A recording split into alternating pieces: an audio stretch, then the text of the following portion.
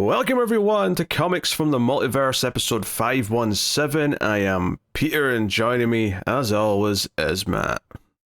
I've been sent to the Phantom Zone. Again.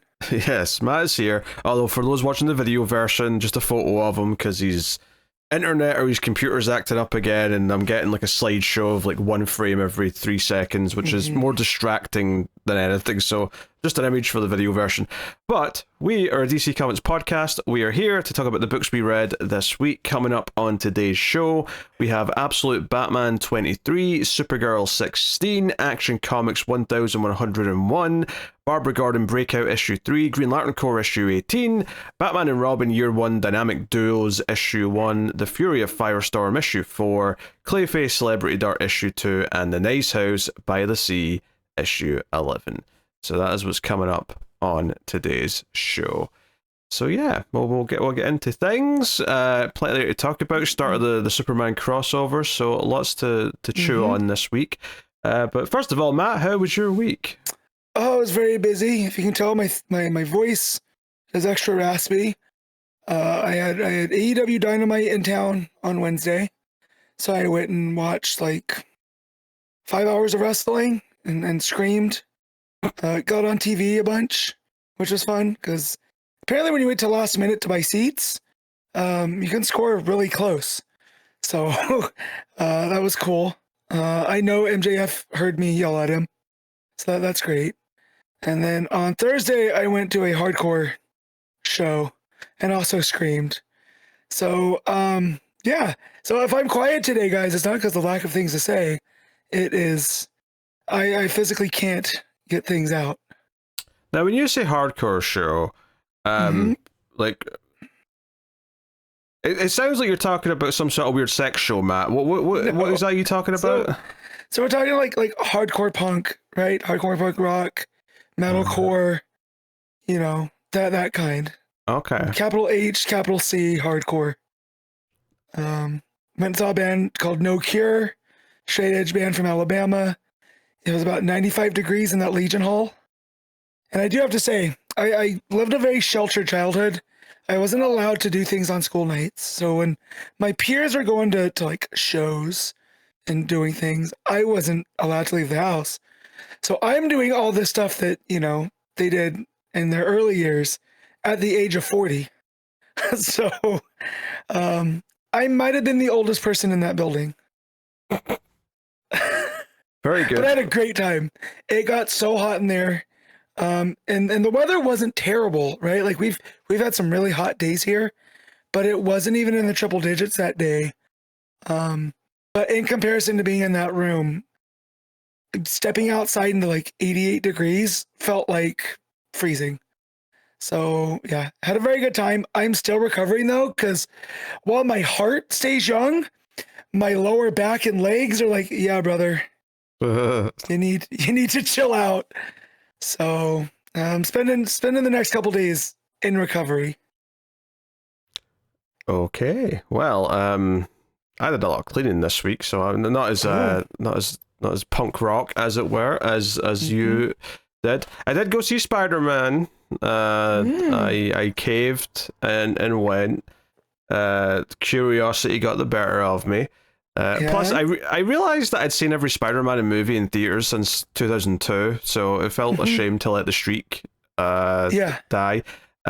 Which, you know, there was a perfectly fine to good movie. I'm not like you know, head over heels in love with it or anything, but it was solid enough. You know, I'm not praising it like a lot of people are, but it was definitely better than the last couple. So. Yeah, take that for what you will. Yep, I just went to Letterboxd. I didn't see you rate it, so. Yeah, you know, it's a bit overstuffed. There's a couple of side characters that they put in for connection's sake that they did not need to put into that movie. I love Florence Pugh as much as the next guy, but her inclusion was entirely just here's some MCU connections for the sake of some MCU connections. Small potatoes. Yes.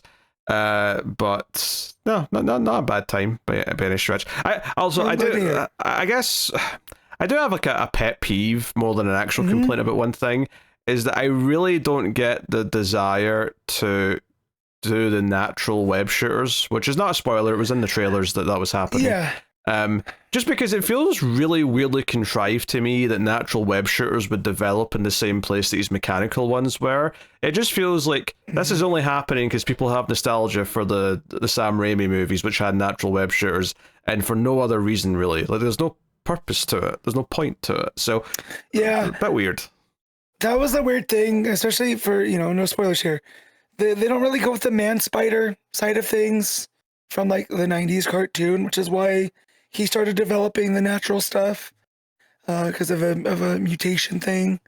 Yeah, it was definitely weird. I would say that is one thing on there. I did read the novelization of the O2 movie, and there is like a little paragraph of when Peter develops the natural web shooters, he ponders, he goes, well, I guess it's better for them to come out of my wrists than where they naturally come out of in spiders. I thought that was funny. So yeah.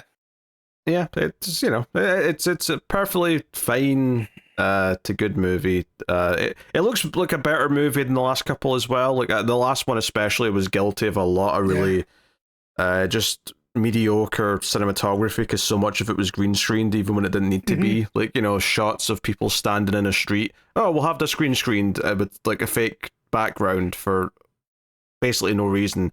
I mean, I think the excuse at the time was COVID made it difficult to shoot in certain places, but like then you should have waited to make the movie then.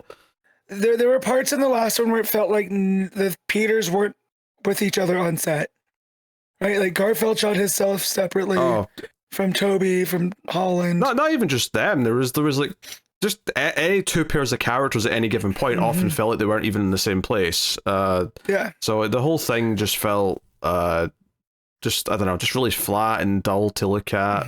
Just like what can we get? This one felt like lived in. It was more about what can we get away with rather than I actually a director who wants to make a movie and actually make something look compelling. So, I mean, I'm not like I'm glad. glowing. I'm glad you liked it. But it's I mean it's good. It's a solid 7 out of 10. So out of the Spider-Man movies that aren't the animated ones, so removing Spider-Verse, what do you have as your highest rank? Oh, that's tough. I feel like that's changed over the years. It's probably Homecoming. Okay. Probably Homecoming. But that's fair. My feelings have wavered a lot over the years. Like I'm not really that fond of the Sam Raimi ones, honestly. Yeah. Well, that's why I was asking, because I know that about you. Yeah. From talking movies with you for all these years. So, Homecoming still hits a sweet spot for me just because it really gets the coming of age stuff down. So, even as as a coming of age movie, it really works. And then you throw the Spider-Man into it. So I saw that one's pretty high.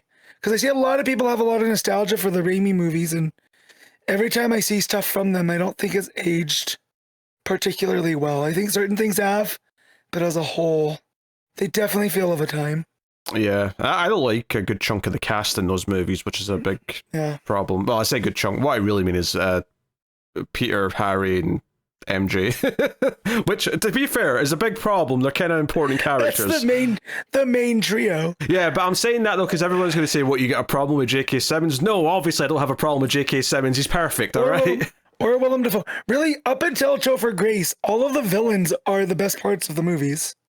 Yeah, which is actually kind of the opposite in this series of Spider-Man movies. Not commenting on the new one per se, but just like, I mean, like Michael Keaton was fine in the first one, right? Not tops, fine. You're overhyping. No, in these movies. Okay, sure. In the Spider-Mans. Right? But the second and third one, villains, completely forgettable. Completely, just that big fat whiff.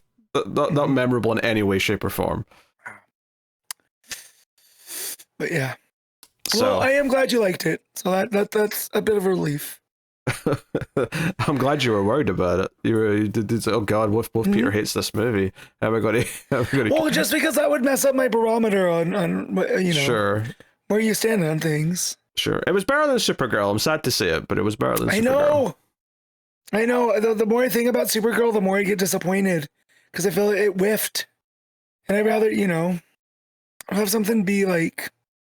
Of course, I want everything to be good, But for it to be just mediocre in the middle and just feel like it missed, it sucks.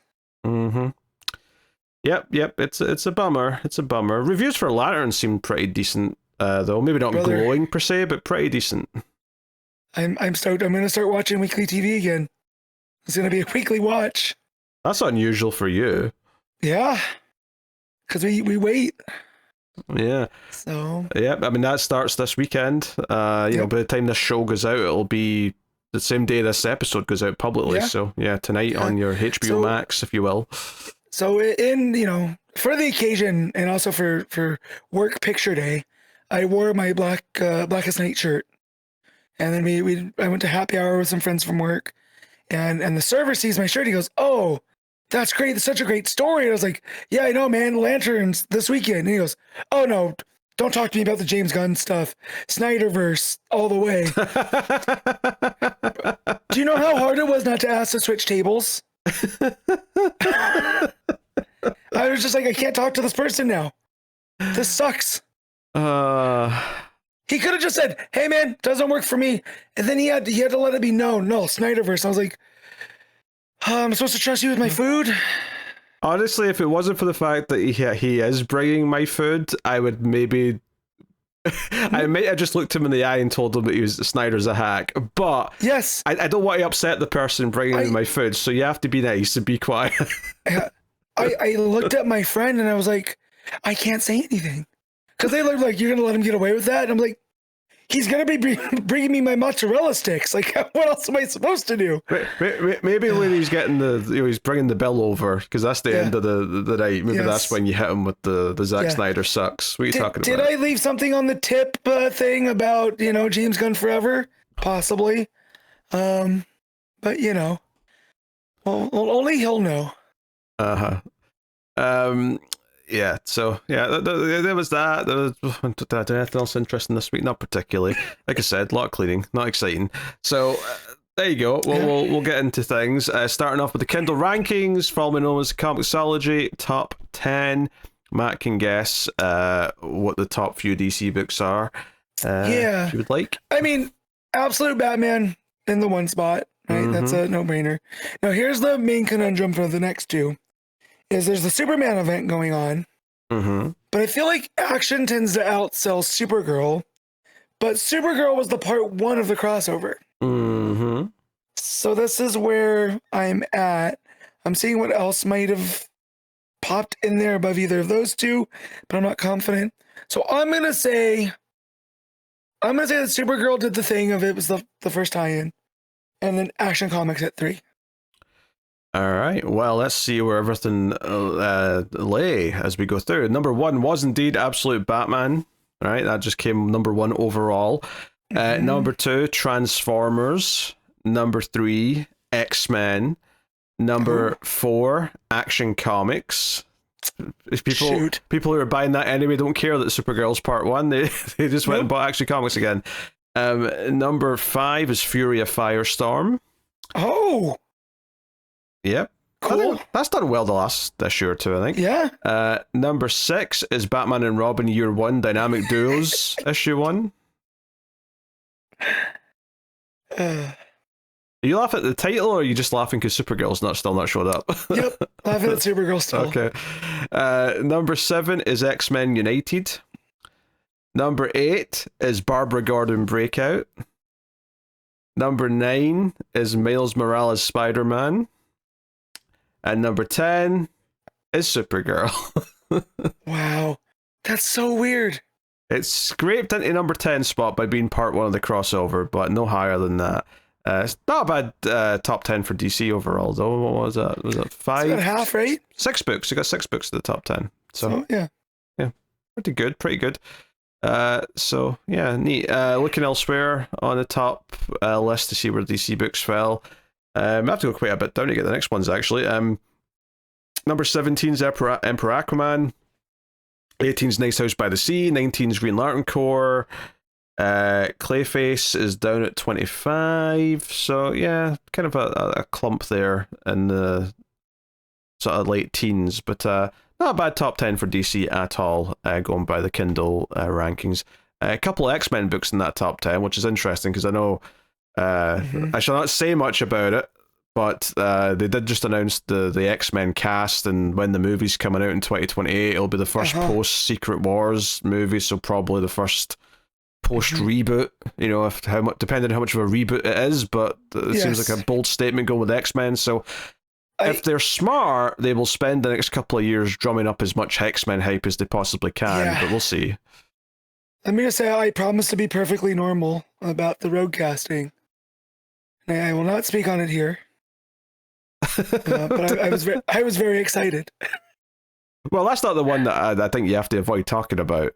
But yes. Indy Navarrete, more like big budget Navarrete now. Yeah. You know what I like about that is she had gone on doing when she was doing Obsession press and stuff, talking about her love of X-Men. So it was like, how far was she in talks already? Because, you know, Obsession was shot like 2 years ago. So, like, how much have people known how good she was? Oh, yeah. In that. Well, yeah, but the press tour where she's saying all these things wasn't 2 years ago. That was all in, like, May and June. Right, but that's what I'm talking about. Like, I'm sure word got around, right? As, like, people have seen this. And, like, so her suddenly talking about growing up watching X-Men and then being cast in X-Men is either very fortuitous or she was tipping her hand a bit. Maybe. I mean, I don't know how early she would have known that she was cast, but it's yeah. I mean, she's like she's like a proper gamer. She had a stream where she built a PC and stuff like that. So she's, you know, like I buy she's just into X-Men. Like, you know, I'm not doubting that part of it. Yeah, but yeah, it's very I'm excited about that one a lot. So I was shocked because the word was that it was Kaylee Spady, and so I was just like, all right, that's still fine, but like this is cool. Yeah, no Kitty Pryde in that cast list though, I noticed. Not yet. I did read that they're still casting to come out because it's going to be a large cast. So these are just the ones ready to go. Okay. But yeah. Okay. I mean, hey, I don't know. I mean, like, it's hard to get super excited for a Marvel movie these days, but X-Men and Spider-Man seem to be the only ones that will mildly motivate me. It would be exciting to care about Avengers, but like absolutely nothing about Doomsday is even like registering a response out of me. Like I felt nothing for anything they've shown for that. So you didn't get excited to see Doom pull up the Sentinels in the last trailer? I thought that was pretty cool. You know, I don't know. The whole Downey Jr. casting stunt just feels like a big gimmick, and you know, because it is. Yeah, and then like, you know, like none of the movies have been that interesting that I haven't even seen most of the ones in the last like 3 or 4 years. So, you know, when Fantastic Four show up in a trailer, or they're bringing out like the now 90-year-old X-Men cast, like I'm not that excited about it, especially since this might get some flack. And I'm probably going to get like accused of hating everything because I said I didn't like Sam Raimi's Spider-Man movies that much, but I don't think those X-Men movies, by and large, were ever that great. You know, like, you know, the first. I think they're a piece of a time. I think the first X-Men movie is like, for coming out 26 years ago, I think it's pretty solid. I was never a big fan of X2. I know everyone loves X2.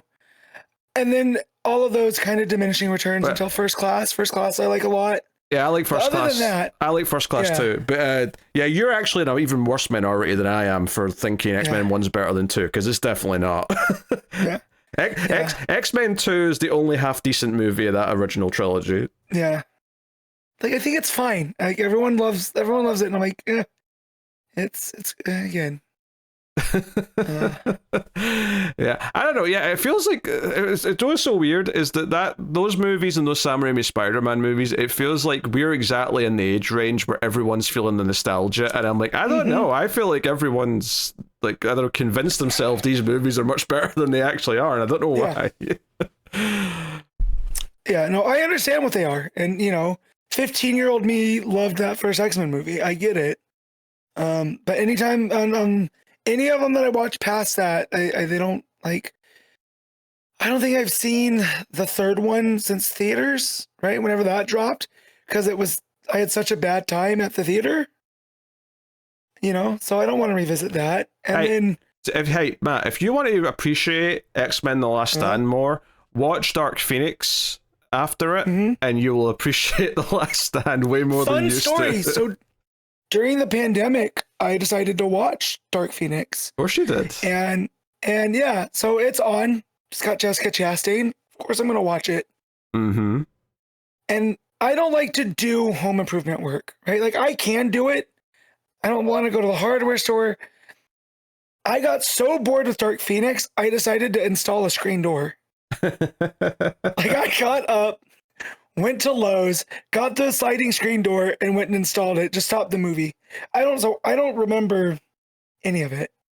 I remember Chastain being there, being kind of wasted, and then telling my wife, "Hey, I'm going to Lowe's," because that was one of the few stores you could still go to. I'll be back. And she asked me if I was okay. Because why would I choose to stop watching an X-Men movie to go to the hardware store? But it was that bad. So, yeah. Mm-hmm. Yeah, well. That said, Logan, we're not including Logan in the X-Men movies, right? That's just a standalone.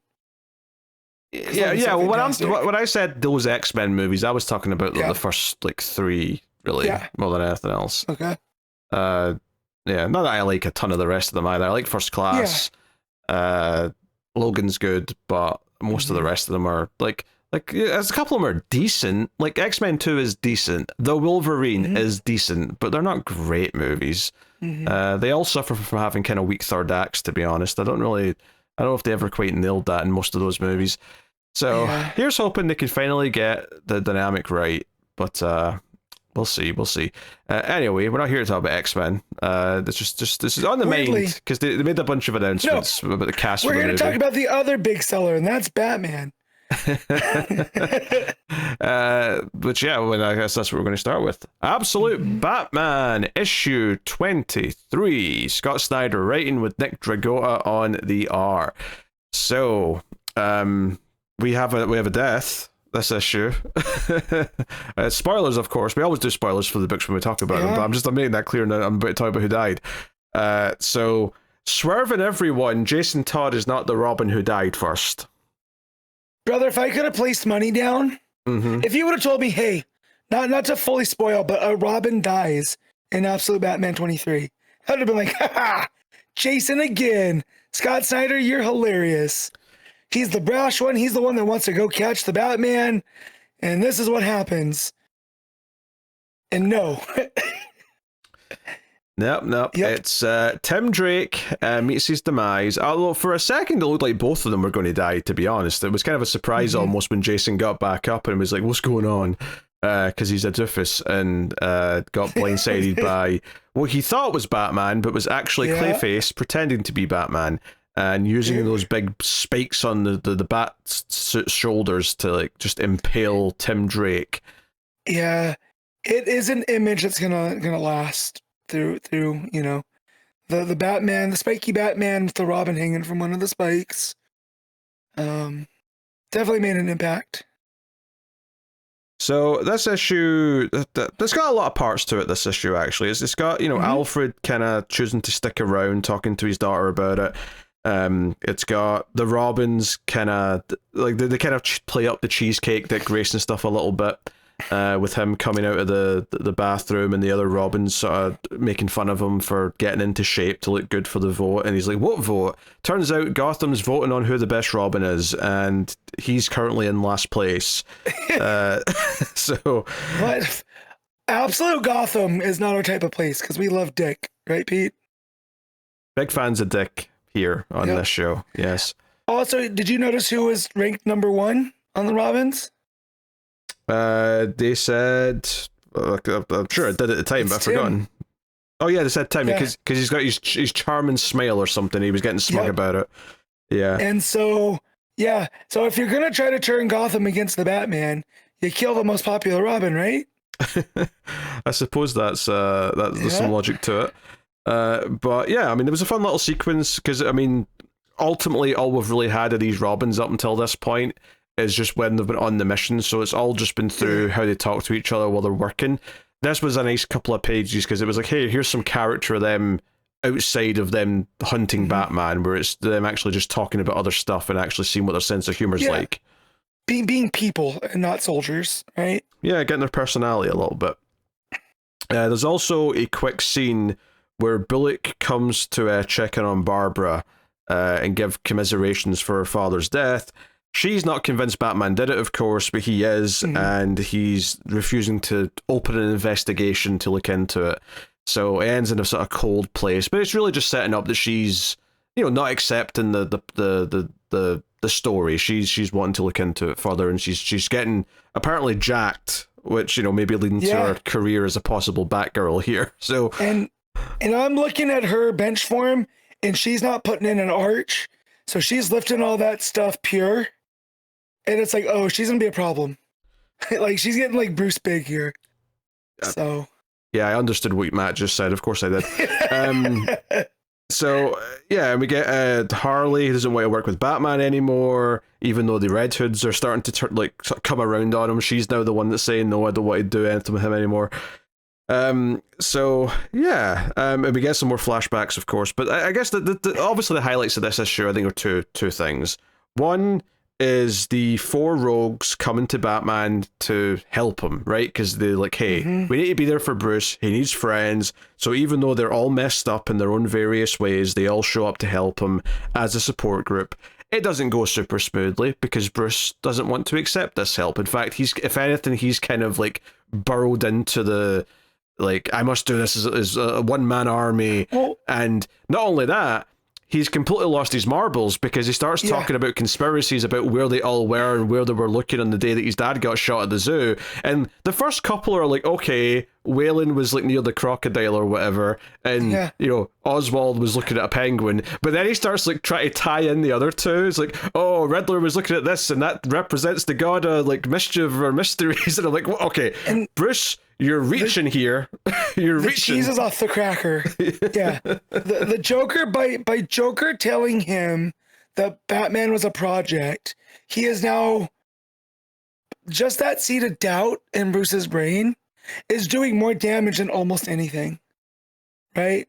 Because now not only does he not want to take help, but he seems like a raving lunatic. Right? Like, He does. He seems completely unhinged. And even when his mother shows up, and obviously the last time we saw her, we had a cliffhanger, not really been sure if the Court of Owls were going to kill her or not.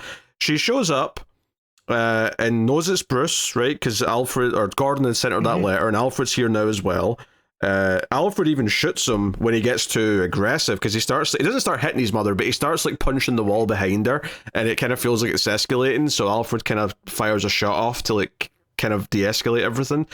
And it feels like a really sort of sad, like an intervention that's not going well, where the person they're trying to help is not getting the message. He's not opening up. He's not healing in any way. He's just getting angry about it, and everyone's just feeling that sadness and like, oh God, we're not helping. We need to do something. You have to say it. So according to Scott Snyder, that's the same shotgun that Bruce shot Alfred with at the beginning of the book when he didn't want Alfred's help. So Alfred turning around and shooting him with it. Snyder was calling it the change of life shotgun because that shot kind of kicked Alfred into gear on what he was dealing with here in Gotham. And when Alfred shoots Bruce, he says Alfred's kind of point of mind is for him to do the same. Like, hopefully this will snap him out of it. But then on the bottom of that page, you have it's not quite a red string, right, map, but it's up on the wall and it makes like Scarecrow's face in there. So it really just shows like how low Bruce is that he needed to be shot with a change of life shotgun, and it's all Scarecrow's fault. Yeah, I mean, it's not even just the red string. It's like even just all the notes he's got are all kind of like making the shape of the eyes and the mouth, and then the red string just kind of accentuates it by putting the crosses over the eyes and stuff like that. Yeah. So Bruce leaves. Wayland says, just let him go, and everyone sort of stays there defeated. It's a very sad scene. and we get more flashbacks to Bruce working for the mob boss and all that stuff, and that effectively builds up towards the ending where he's sent to collect and he's told to beat up Matches Malone, and whilst Matches is begging, and the other guy from the mob's like, hey, like, why are you stopping? Like, it's time to finish this. Like, you need to keep going. Bruce makes a choice, right? He has this little flashback within the flashback where he's like, all of his friends and his family flash before his eyes. Gordon telling him to not fall in with this crowd, all that stuff. You know, scenes that we saw in previous issues, and he thinking about all that, he chooses to hit the mob guy instead with the bat. But it's like, okay, so this was a definitive moment in his story where he split away from doing the bad things and wanted to start doing good things. So I'm curious to see the follow-up on that actually next issue as well. Yeah. For sure. I also like on the bottom of that page where it's all the panels. Yeah. Where Matches saying, please stop. Bruce looks at himself in this like broken mirror or TV, whatever it was, this reflective surface, and he just sees like this mass figure, right? And I feel like it's ironic that he ends up doing something similar, but for a different cause, right? So he swaps in the baseball bat for the, you know, iconic, I can't even talk right now. You know what I'm saying? for the symbol of the bat. The iconography. Nailed it. Thank you. That word. But yeah, just that, but the broken reflection there. Also, is Dragotta doing some great work because he's wearing that ski mask, but you can fully see his expression. Yeah. You know, like you can read his face. Yeah, and yeah, I mean, it's doing the classic kind of fractured mirror kind of thing where he's seeing himself all split up and he's looking at who he's become.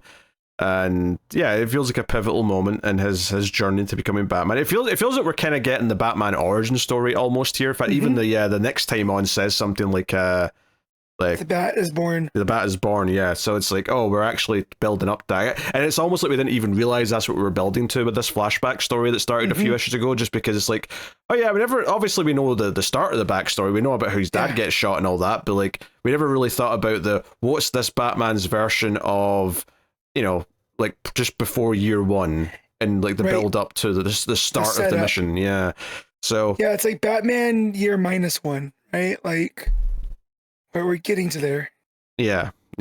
Just don't say 0 year, because Snyder will start getting ideas, and we don't. That's why I didn't. I didn't want to speak into existence, so I said year -1. Yeah. So yeah, but obviously the main event of the issue is absolutely, you know, Jason's being stubborn, goes out on his own in his mech suit to try and find Batman, and he does. And Batman's kind of interestingly, after that previous altercation with his family, he's like, I'm not here to fight. He seems to want to try and talk to Jason, and Jason tries to tie him up. He's like, oh, I captured the Batman all by myself, and then Tim shows up and says, yeah, I wouldn't let you patrol alone. I guess we captured Batman together. But as Batman's tied up, and he's looking up at them celebrating on their mech suit, we see the clay start to kind of slide up the back of the mech suit and form on the head. And it forms into a bigger, even more demonic looking version of Batman. And one of my favorite things about the art in this issue, once it starts attacking them, is you can see that the face on the Clayface Batman has a more kind of monstrous mouth, almost like an actual bat almost. Yep. It looks really cool. And it's really good for differentiating between the two Batman, because you've got a panel of Batman looking up at this happening, then you've got a panel of this Clayface Batman. It's very good to instantly be able to tell which one you're looking at any given time. But yeah, the next page reveals what he's done, which is the giant spikes come out of the shoulder and impale Tim Drake, and he falls to the ground. And of course, when Jason comes to, he thinks it's Batman that's done this. He's like, oh, you killed Tim Drake, you've done this. So it is interesting now that as far as Gotham's going to be concerned, Batman has now killed Jim Gordon and Tim Drake. Now, we know neither of those are true, but, you know, that's the thing, right? So... yeah.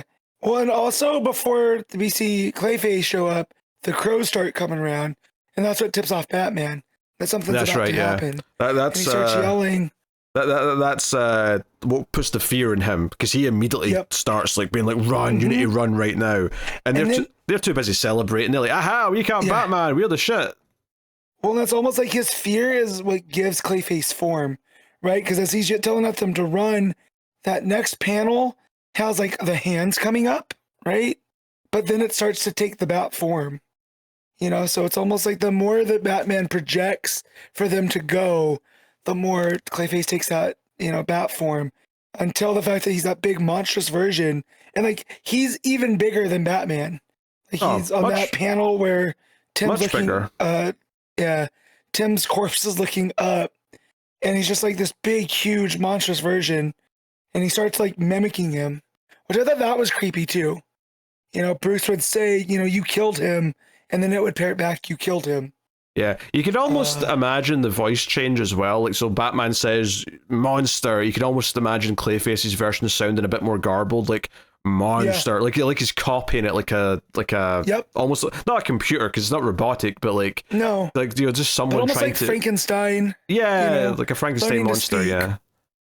So and then the flashbacks what ends the issue, but the Clayface fight's really cool, and then Clayface eventually just kind of T-1000s his way down to a storm drain and just leaves the scene that way.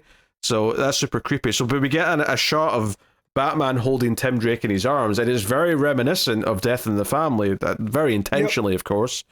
So, you know, big moments, and then Scarecrow finally shows his face and just is like, shame, so young. I guess it was bound to happen, so just making his presence felt before Jason wakes up and then starts immediately yelling about Batman killing one of the Robins, and that's the issue. Yeah.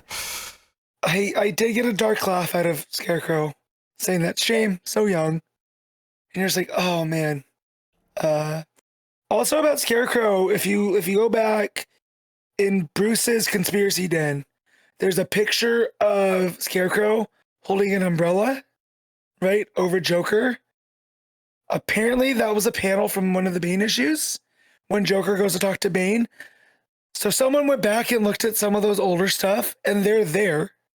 So Scarecrow's been in this book way longer than we've expected. We just, you know, thought it was just, you know, Joker's Umbrella Man, but he's wearing the same outfit, you know, from behind, which I think it's really cool that, you know, when the creative team is this consistent, right? And it's been basically Dragotta doing all of these big arcs, that you can get those little Easter eggs in there. And it makes Scarecrow like this, you know, until we get to Joker, it feels like he's the big boss right now, right? He's the one, and I know the art's called Straw Man, which is a reference to that, but it almost feels like Scarecrow has done more damage now to Bruce than anybody has. Yeah, he definitely feels like a big deal. He feels like a big threat that's really got into Batman's skin and is you know, has made Batman basically raving mad, as we've seen in this issue, and is successfully turning it up, where now more people are going to believe even worse things. Like, it's one thing for like one story of him killing Gordon to get out there, but now that there's a second victim, even people who were on the fence before are probably going to start believing that Batman's this killer. So he's taking anything Batman's trying to be and trying to like convert it into something he isn't, right? To ruin the reputation, to ruin the idea of what Batman is. So it should be very fulfilling if Batman can and will overcome that, but obviously we're building to issue 25, which we know is going to be a big milestone issue. It's kind of wild, we're already at 2 years of this book. At least from next month's issue, it'll be 2 years. Next month. I think that seems like a very interesting place to, if not to immediately pivot to the big Joker story, at the very least a big finale to the Scarecrow story. Seems like we're about to hit that. So, and I feel at the same time, like, we know that cover with Barbara, right? So we assume that she's going to take some kind of bat mantle.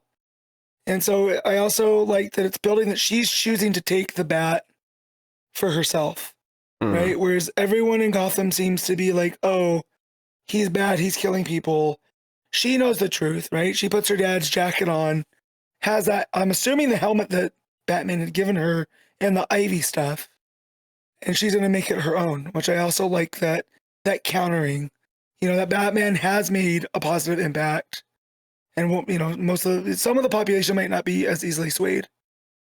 Yeah, well, it's interesting that she would be, assuming she does take the mantle of the Bat, as we'd expect her to, she would be the first one who's kind of done that, because all the Robins have all kind of existed separately from him for a different purpose. Now, they may eventually become someone who works under Batman's wing, but up until now, that's not been the case. So it's interesting that Babs might end up being the first one. Obviously, he has worked with this Alfred. He has worked a little bit with Harley and the Red Hoods, but I think someone actually adopting the moniker feels like a big deal, and I think it's kind of cool that she gets to be the first one to do that, if that's indeed where we're going. And we're kind of guessing that it is just based on a cover that we've seen from... A cover, I mean, what her saying here that she knows that Batman didn't kill her dad, right? And telling that to Bullock. It lines up. Her training, It lines up with that expectation for sure. So, I mean, I think we're probably going down that path, but, we'll wait and see. Because if nothing else, this book likes to throw surprises and swerves at us based on what we expect is going to be in the lore and what oh, sorry, no, Gordon's dead. So, okay, I guess we're doing that. Oh, Tim Drake's the first Robin to die. Possibly the first of multiple. Who knows? We'll find out, I suppose. I mean, there's still 5 more, right? Yeah. I'm just, just keep Dick and Steph alive, please. That's all I'm asking, Scott. That's all I'm asking. Yeah. Yep. Right. Also, with Jason being the one that witnesses this and knowing that Snyder likes to play with the tropes, I feel like if Joker's going to have an apprentice... Oh, yeah. It seems, because you have also the Red Hood of it all, right, where they have their relationship in the main line, and this would be a twist on that, right, where he becomes like Joker's disciple because of him seeing how much of a threat Batman is. So I like how that's still at play, Yeah, I mean, regardless of where it goes, he's going to be super anti-Batman now. He's going to be like even more of the anxious, angry little shit who is just hell bent on getting to him. So we'll see how that shapes up as well. But yeah, no, it's a good issue. I mean, I like all the developments. I think, like I said, the 2 big scenes really are the intervention, if you want to call it that, and the genuine surprise, because we kind of set up that those 4 characters were going to come and try and speak to him last time, but the mother showing up, Martha Wayne showing up, was a genuine surprise, and the fact that even her presence didn't do much to help him really shows just how off the deep end he actually is right now. Yeah. So I'm excited to see where we go with this now that we've upped the ante even more. So what are you giving Absolute Batman? It might seem high, but this had everything. I'm going to give this a 9. Ooh. I'm going to go 8.5, but very respectable indeed. So there we go. I mean, I'd probably be a little bit higher if it wasn't just for the fact that, I'd say the first, until we get to the scene with the intervention, it did feel like a sort of an assembly of a lot of little scenes that maybe didn't all click together as seamlessly as I would like, but, minor, very minor quibble. Very minor. So, cool. All right, Supergirl, issue 16, Sophie Campbell writing with Paolo Villanelli and Joe Quinones on the art. And I think, to be honest, since they're parts 1 and 2 of a ongoing story, it probably makes sense to just also say Action Comics 1101, Mark Waid writing with Montos on the art. Because I feel like it's going to be impossible to not talk about these 2 together. I made the mistake of reading them back to back, and I forget what happened in each. See, so honestly, it's very easy if you've got an event or something like that, and then a tie-in. It's very easy to separate them. But I feel like whenever there's a part 1 and 2, and we read them in the same week, they always just end up blurring together, right? It's almost impossible for them not to. So and it's not because the art or even the writing style. It's just the beats that they're lining up on. Oh yeah, I forget where one ends and the other begins. Yeah, the art is totally different between the 2 books, which is maybe a critique that one. But it was obviously going to happen. There was no way it was going to be the same artist on 9 issues over 2 months. Not a chance. But yeah, so this is Kingdom of Zod is the crossover. It was set up at the end of the Action 1100 with a little tease of the whole Zod stuff kicking off. I've got to say, I'm kind of disappointed having read these 2 issues, by and large, for a few reasons. Not that I hate all of it or anything. There's definitely some decent moments or some decent ideas sprinkled throughout. But my big things that I'm down on this for is, 1, it feels like there's no real build-up to stuff happening. It's just Like, they're already going towards El Cadera and the Supergirl issue, and it's like, oh, it's Zod. Oh, well, I guess we're just fighting him. And then, like, Action Comics, that is basically just all an action issue with Zod. So that felt just underwhelming. I thought there was going to be more of like a, Zod manipulating and doing things, and we're seeing his plan come together, and maybe the effects of what he's doing starting to happen before they realize that Zod's behind it, or even if they do know that Zod's behind it, it's not just instantly going and fighting Zod like immediately. Yeah, Zod named himself King of El Caldero, and it seems like El Caldero's just cool with it, right? Yeah. Like their beloved president. Who knows where he went, right? We saw him get the kryptonite mask thrown on him in Action 1100. So yeah, I fully understand that critique. That said, I do like all the Zod stuff. I like his return to straight villainy. Oh, right? There's no complexity. I have to jump in here because that's actually one of my other complaints. There's some okay stuff in Action Comics. The first page of Zod and Supergirl, I hate him showing up with that big cheesy grin in his face. I'm like, what are we doing here? Zod's supposed to be a serious villain, and he's got a big smile like he's a mustache twirling, like, cheesy character. I don't want Zod to be cheesy. He's not the character who should be cheesy.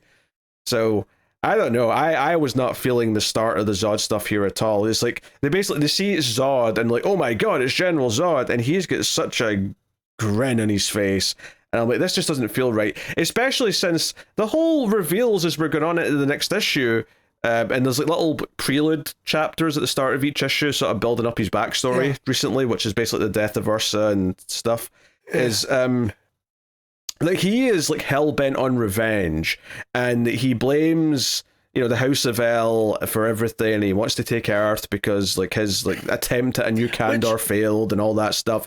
He is like supposed to be like this guy who wants to become a dictator because he's so hateful and spiteful. And in Action Comics, he literally tests that he's got his powers back. More than that, because that's another complaint I've got in a minute, right? He literally tests his powers are back by heat visioning his henchman in the face, which is dark as shit. I love that moment on its own, but that is so dark that it makes all this other cheesy monologuing villain stuff just completely lame to me.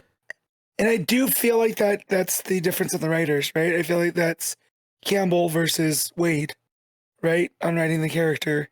Partially, because her stuff has been more cheesy throughout versus Waid, which he can take those dark moments. But what I was saying about the lack of complexity is I feel like he's been driven insane by the death of his family, Like Ursa gets killed by the Kuns, right? That was the race he was fighting, on the planet they were exiled to.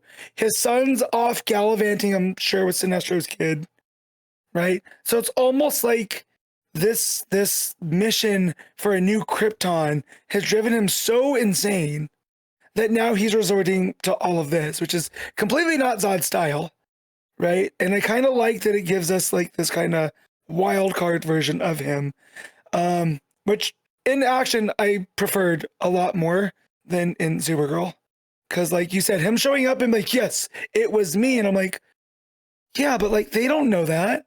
They had no hints. They just knew something was going on in Caldero, like.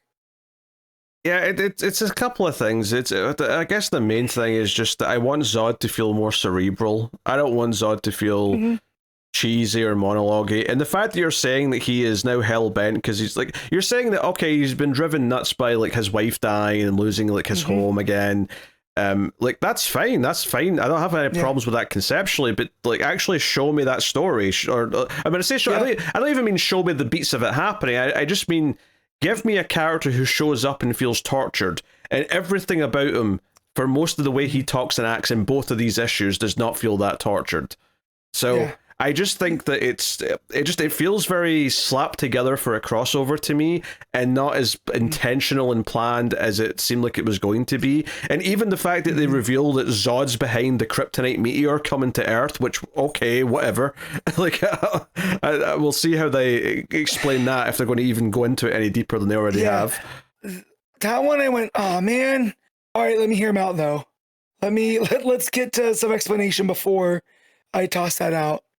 And just the whole thing with Lois ending up with his powers, that's another one that I want to be clarified before I judge. That's so frustrating to me, because I was so excited when they revealed that's where her powers came from. Like, see, when they said, "Oh, your powers must have came from somewhere," and we got that last page and whatever issue that was, the Superman interaction back, a year ago, or whatever. And it was Zod. I'm like, okay, that's genuinely interesting that Zod's got no powers right now and that Lois has them. It disappointed me so much that Zod just knows all this. Like as soon as he sees Lois, he's like, aha, you've got powers that don't belong to you because of quantum entanglement. We're like, our particles are intertwined and you've taken powers from me. I'm going to put you in this machine to give me my powers back. And that's it. It's never more complicated. And it's not that I want that process to be more complex. I just I wanted the moment where he discovered this. I wanted to see the look in his face when he realized that Superman's wife, a human, has got his powers. I want to see that realization. There's so much interesting story there of him, and everything we said in the first little prelude to this crossover in Action Comics was like, oh, it's exciting that he has to wage war on the L's without his powers. That's exciting. That's interesting and different to every other Zod story we've ever had. And by the end of the second issue, he's already got his powers back. Yeah. And then the other thing too is I can buy some of this because we have a new Eradicator, right? He took the Eradicator programming and put it in the corpse of his wife. Hold on a second here. Yes. It's not Eradicator. It's Eradicatrix. Am I saying it right? I was gonna trip over it, so that's why I said female Eradicator. Oh no, Eradicatrix. I'm like, oh god, this is just throwing comic book shit at the wall for the sake of it. None of this has any weight to it. This is shit. I'm sorry, Matt, but this is shit. So okay, but as someone that is familiar, and for people that aren't familiar, I fully get it, right? But me being familiar with the Eradicator and that being the sole purpose of the Eradicator is for the perseverance of Kryptonian culture, right? So I can buy this whole thing with Zod and pushing forward about Krypton and having the female Eradicator in his ear doing this stuff. It's just not executed right, and it all feels very Williamson, and I expect more out of Waid and Campbell. Right, that's the problem here. It's not the concept of a new Eradicator existing, or that Zod would want an Eradicator. I get why he would align with an Eradicator because he's all about preserving Krypton. It's the execution. It's the way she just shows up and he just announces her name, and it's this is just so silly. And just out of nowhere, and I don't know, nothing. Like I said, nothing has any weight here. It just feels like a bunch of comic books smash them up. Just we're going to throw all the toys together. It's the worst part of when Waid was playing with his action figures in World's Finest. And if we got that Zod doesn't have powers, but I'm gonna try it, Eradicatrix does, and that's who's his main point person, right? That's who's executing all of his plans. And we're seeing him be a general. I'm way more into this. Because I like Crazy Zod, but Crazy Zod without powers, having this Kryptonian corpse robot doing stuff, I think is significantly better. And again, it all screams very much of Williamson doing it'd be cool? Female Eradicator. Joe, the thing is, Joe would have been way more interested in how this started is if they just publicly announced to the world, oh, General Zod's now in charge of El Cadero, and he tries to at least pretend that he's playing nice, and he invites them all to come for a diplomatic dinner or something, and then all the smiling would make sense because he's playing the welcoming dictator who's trying to pretend that he's not up to something, right? But no, that's not what's going on here. He's immediately okay, Eradicatrix attack. It's immediately a fight. Yeah, God, it is that thing. And then you also, in all of this, you have, at least in the Supergirl issues, Prime and Connor still being mad at each other. Well, mainly Connor being more mad at Prime. And that whole thing is oh, can they coexist? It's well, they better. Right? And because they're going to El Caldero, Lena Luthor's created these devices that block the kryptonite radiation, but they have to charge it in the sun every hour. So there's this ticking clock aspect that doesn't fully, work. Yeah, at least not yet anyway. I mean, and that's the thing, like the first half of the Supergirl issue I had no problem with. Like, see, when it was just them saying, hey, something's going on in El Cadero, we have to go there, we're going to pretend to all work for the Daily Planet, so they all put on like civvies and stuff, which is kind of a fun visual, and Lois is kind of making some jokes. You don't look that different from the people I usually work with, so yeah, let's go do this. And it's a fun touch that Superboy Prime just looks like Clark when he's like dressed up as a reporter. That's kind of funny to me. But it's when they actually get to El Cadera, because I was thinking, oh, they're going to get there, they're going to see Zod, and they're going to be like, oh shit, this is weird. But I thought it was going to be this, like, walking on eggshells, and not that Zod wouldn't recognize who they are, or that he would expect them to not recognize him, but just like, oh, this is like an uncomfortable new status quo that we're all going to have to live with for the sake of this story, and we'll see where it bubbles up to in like 3 or 4 issues' time. The fact that it immediately just turned into a skirmish it was just so underwhelming to me and just so generic comic book that it completely deflated the entire story for me. And then the Action Comics issue, well, it did have some better moments, some better Zod moments, like using his heat vision once he gets the powers back from Lois. Lois kind of like, not holding her tongue and sort of talking down to Zod when she's trapped in the device and all that. That was very Lois and kind of fun on its own, particularly her pointing out that, wait, you want to like be worshipped by everyone and like, be respected? Kind of sounds like you just want to be respected like Superman does, is basically what she's getting at. That's also a cool little moment, right? But we also have to deal with the fact that in Action Comics, we go back to where Superman is with the other characters that have been in the Action Comics arc, including young Clark, who is also going to be here because reasons. And because I'd already read through Supergirl and there's already so many characters who have went to El Cadera, when I was like, oh yeah, young Clark's here too, I was like, oh god, like, we don't need to add more characters to this. Like, if anything, we could be trimming some of them out, and adding like a young version of a character who's like from present day is just making things murkier. And I'm not excited by it. It's not like I'm going, oh, I can't wait to see how they like write around this so it doesn't mess everything up. I'm just like, oh, they're going to have to write around this and it's going to feel clunky because they have to fix it. Yeah, and they even try to address that because Clark's like, oh, I don't remember any of this from when I was a kid, and then they try to cover it up with the thing. I was just like, or we just, before, we just return him to his proper time and focus on this right now. But yeah, it was a bit disappointing, because it had so much promise. And maybe it sticks the landing, probably not, because I don't know. Maybe when we get to the what's the next book? Is it Unlimited, I think. Unlimited? Yeah, maybe when we get to that, it'll round into shape. But yeah, that's wishful thinking. I don't know. Like, you say maybe it'll stick the landing. I'm thinking, oh, will it ever actually get off the runway? Is where I'm at. Yeah, I mean, when I say stick the landing, it's because it's in free fall right now. Can it pull out of the dive enough? Yeah, I mean, don't get me wrong. Obviously, the art in action is very good because it's Montos, right? So the art did get like a pretty big upgrade going to that issue. So that's something.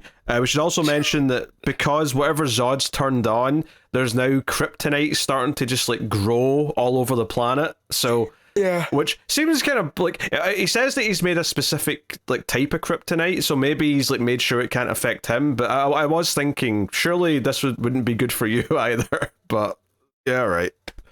Well, that was my thing. If he's getting his Kryptonian powers back, then he cannot be on Kryptonite Island, right? Like, you would think it's gonna affect him. Yeah, you would think. But it sounds like he's been like engineering it and tampering it. Maybe he's made himself immune somehow. I don't know. Well, and it's making all the humans and non-Kryptonians sick, right? So we see Lena and Princess Shark. Yes. Being affected by it. And everybody else. I did like this detail, actually, is that one of the characters on Supergirl's team that I'm not super familiar with, but Phantasmagoria, which is a great name, But Yes. she is like just like a spirit who's there with them, and her body's actually astral projecting that from back at her home. And they do like a fun little bit where it's like her mum's saying, "Hey, dinner's ready." But we actually find out in Action Comics, she's like, "Hey, I can't go back to my body right now because my body's sick." We see her body's sick, and they kind of show that there's little green like particles around whoever's sick when they're showing this off. So that's kind of like a wider world thing that's happening as a result of all this. And some of the characters are getting sick. Connor and Prime are unaffected by it so far, so the cliffhanger to Action is the fact that they're still ready to go fight Zod, whilst everyone else, like, basically Supergirl's too busy fighting Eradicatrix, so she's just kind of off the board right now. And then a lot of the other characters are getting sick from this kryptonite poisoning, which is now spreading everywhere, so... You know, and that's the other thing. If Zod is like doing something that's going to try and kill all the humans on Earth, right? That's a very, very dark plot line. I wish it didn't feel so light and comic booky, you know? Well, there's also, if he's trying to kill all the humans on Earth, who's he going to hold domain over?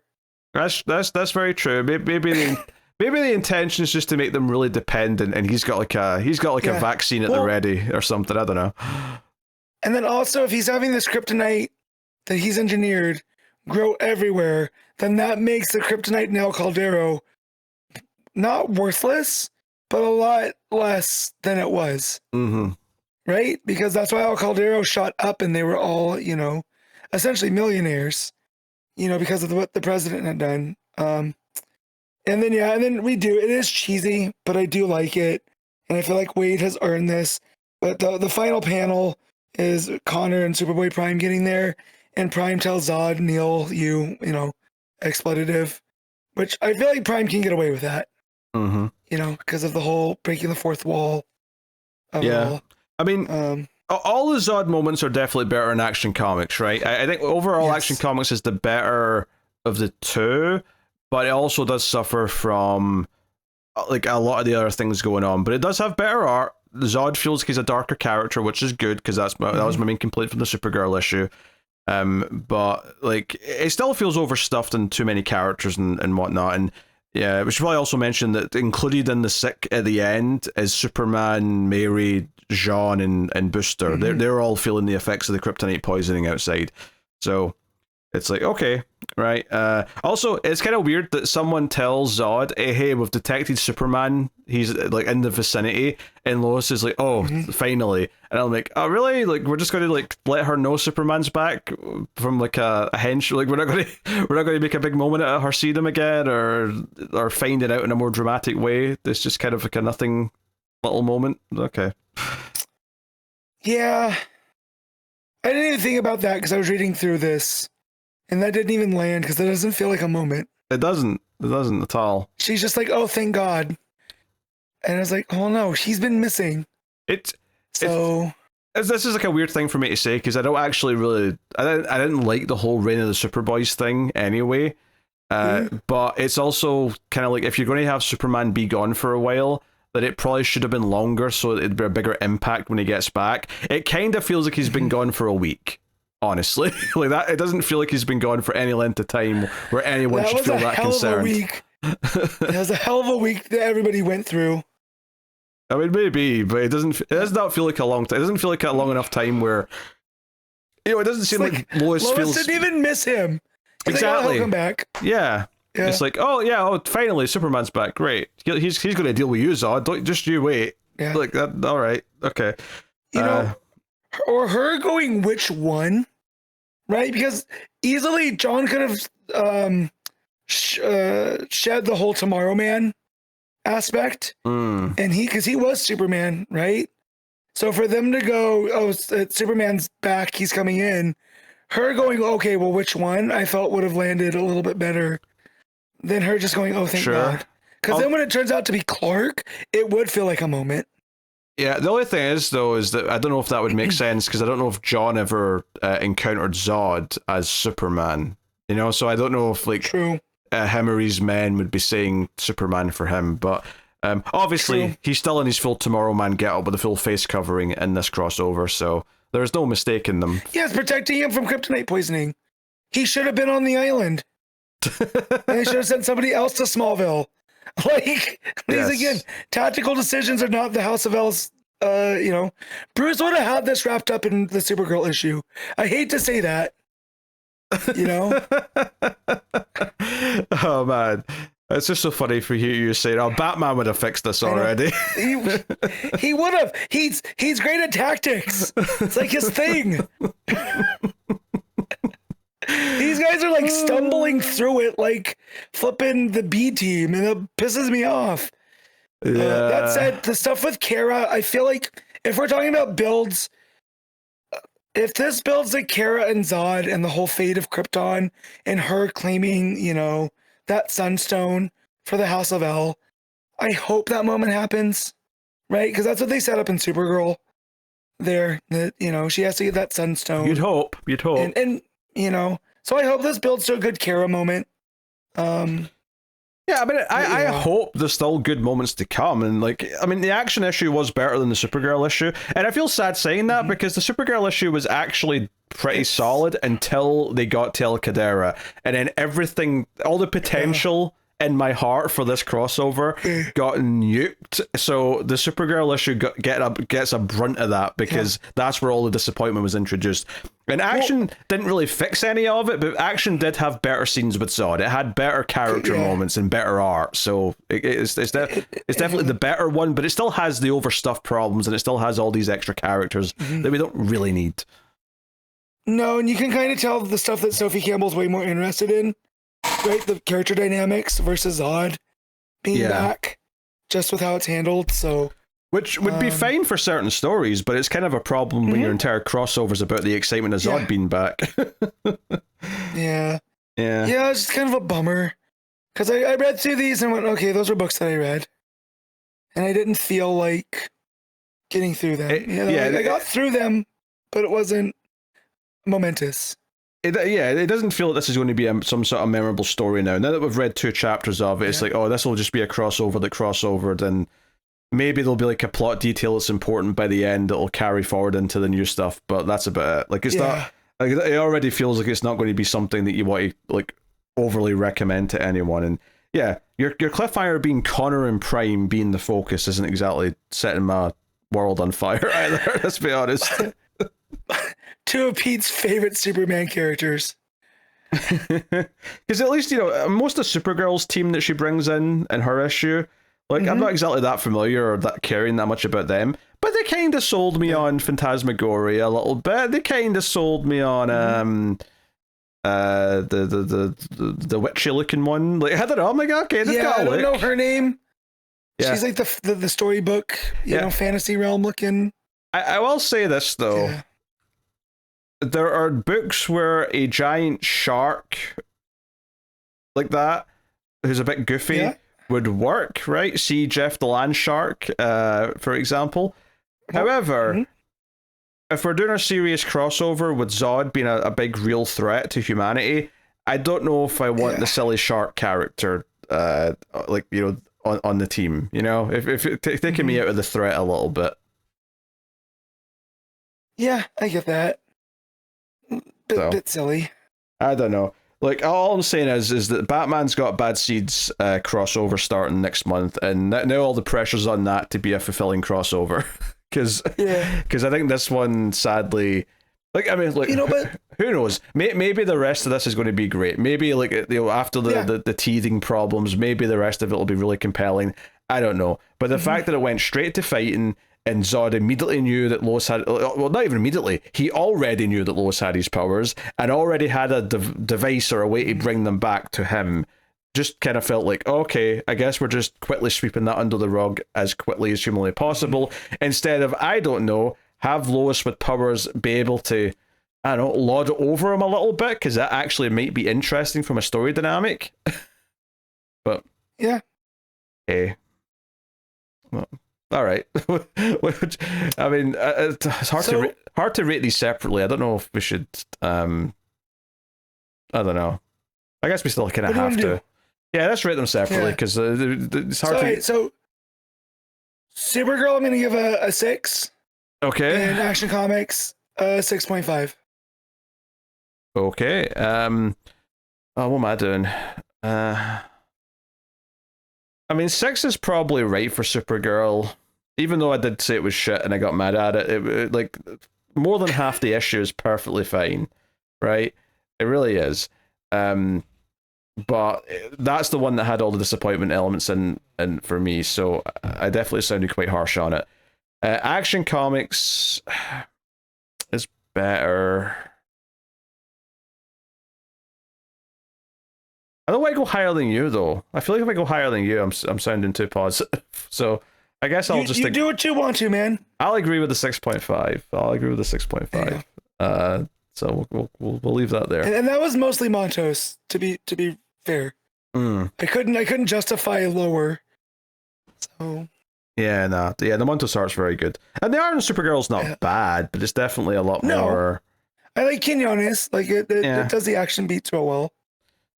Yeah. All right. Barbara Gordon Breakout issue 3. Mariko Tamaki writing with Amancay and Nahuelpan on the R.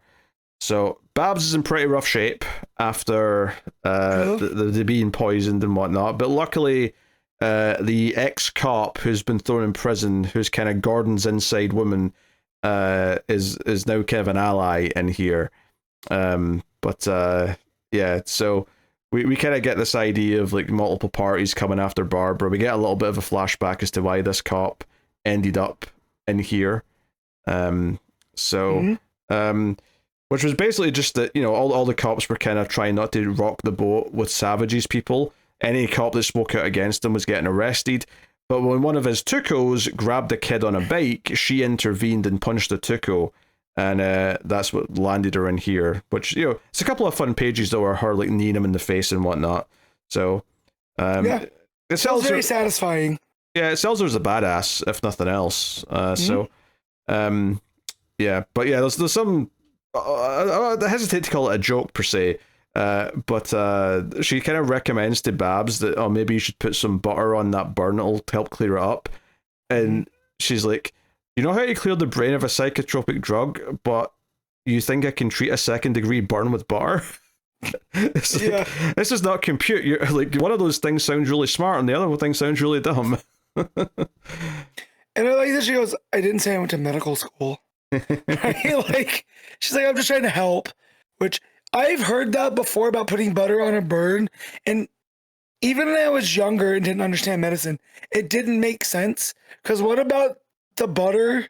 It's like, go ahead, put mayonnaise on it too, I guess. I read, like, what medicinal properties do these condiments have? I don't get it. Is it just that it's cold, but it's not as runny as water, so it'll stay on it for a while? Is that it? I don't know, because I've heard that in old wives' tales. You know, put butter on that burn. I'm like, no thanks. I'll wrap it and just air dry it from time to time. Mm-hmm. But I did like the setup for the, you know, I didn't say I went to medical school. Like, I'm just trying to help, you know. But yeah, I'm gonna be honest with how this opened. Mm-hmm. Like, the way it just throws you in. Like, I forgot this character showing up at the end of last issue, right? And that's mainly me problem. It's not a storytelling thing, but the way that this just throws you in here, it took me off balance. But once I got going, it was the book that I've been enjoying. But yeah. Yeah, I mean, we see that the other characters are watching Babs from the distance. You've got, obviously, the one who threatened her publicly and the one who was secretly poisoning her. So we got multiple characters kind of, gunning for her in different ways. Mm-hmm. But the big surprise of the issue is that one of them turns up dead by the end of the issue. But we also set up that there's other important people in here, like a council member. Was her name Vanessa Woods, has been put into the prison because she's again outspoken against Vandal Savage. So she's in here. So they're hoping to go and get to her after she was finally found and arrested. So it's like, okay, here's all of our characters that we've introduced in here. Now I appreciate that they only put their cell numbers next to their little Polaroids on that big 2-page layout, but yeah, the prisoner number. Yeah, I would have liked their names as well, though, just to make my life easy, please. Comic books, thank you. Yeah, and Babs looks like she's been through it. I will say, every time I feel like she's getting progressively worse. You know. Yep. So Yeah, I mean, obviously, she hears like a scream coming from a cell that night, and it's like, oh, the whole point of her being in here is to try and stop these like murders. Clearly, Savage is having people killed who are like on his shit list inside the prison without a trace, and she runs to try and go to the cell to help, but one of the guards grabs her and won't let her go, so she gets thrown in her cell. And she's pretty weak because she's still injured from the previous things, and you know, like you said, she's got bandages on her arm, on her head. She's got several plasters all over her face. It's a whole thing. And she fights back still, don't get me wrong. She elbows the guy in the face. It's a really cool panel. But she's not really there to deal with this. But you see it's kind of like the gang leader one with the blonde hair, Dai. It's Dai. Yeah. Two-Face's daughter, in quotes. Yes. And she's actually holding some dye in her hand. I actually didn't notice that before. But she's walking down as the screams are happening, and it's maybe implied that she's got something to do with it, of course. And then the roll call happens the next morning, and we can't quite see, like, you know, what's going on. Like, you know, did something happen to whoever? And it's actually not until the end that it's revealed. It's when they're doing their laundry duty that Babs finds the dead body in there, and it's it was the one who was being friendly but was ultimately poisoning her. So poisoning her, yeah, Sparrow. Sparrow. The lead up to this, how you remember that name? I have no idea, Matt. But go on. Well, they say it like 3 times throughout to remind us that it's Sparrow. That's why. So the thing though that I did like about the setup here is Tamaki gets us to worry about Woods, right? She's an older lady. She's a city council member, so she's not a cop or Batgirl like Babs in this other one, and she seems pretty vulnerable. So when Dai goes into that cell, and we just see the scream, and then they don't see Woods in the morning, you'd think that it's Woods is the one that got. So the slow reveal that it's Sparrow and not Woods in the laundry. I thought either that's the swerve and Woods did get murdered, and this was just like a co-occurring thing, or there's something much deeper going on in this prison, right? Like, you know, who killed Sparrow? Is this part of the same thing that Savage is doing, or is this a completely different thing? You know, I mean, that it's keeping us on our toes. Yeah, I mean that's possible. I mean, I would say that it probably is part of the same thing, but the motivations for who he's getting killed maybe are a lot more complicated than simply just those who oppose him. Or maybe it's as simple as because Sparrow was trying to kill Babs slowly by poisoning, maybe Dai wants her alive, so she's killed Sparrow to stop her from killing her. Not because she wants to save Babs, but just because she wants to inflict more. Yeah, she wants to inflict other punishment on Babs over time. Or whatever. So, yes. Also, that was a lovely noise you made in the middle of that, Matt. sorry, sir. I got coffee stuck, and I had to try to, you know. Oh dear. So yeah, no, I mean, I love the roll call moment right after the streams, right, and getting up the next morning. We get the alarm from the outside of the prison, nice big panel, and then Babs waking up, and then she steps out of her cell for the roll call where they're all lined up. And I'm like, oh, this is giving me a lot of Shawshank flashbacks here. Yeah. Of waking up and trying to find out, did someone make it through the night? I won't spoil the movie and say who or anything, but like, very much that idea of is that person going to walk out of their cell? So I appreciated this, the level of suspense here once to set up that someone was in danger and that we heard those screams and that Babs couldn't save them. So it's making her feel a little bit like she's maybe not accomplishing what she set out to do by coming in here, making her putting her down at her worst, so that she has a more of an uphill battle to climb. I'm intrigued with the atmosphere that this book's managed to create so far. Yeah, and Halpin's art too, like the way that how gritty everything's drawn in the prison, right? And then so you get everything. There's like a dinginess to it, and then it does that big establishing shot of the prison, and everything's like clean lines and like this big cinematic shot of the helicopters over it. Like, and then it gets back to the dinginess.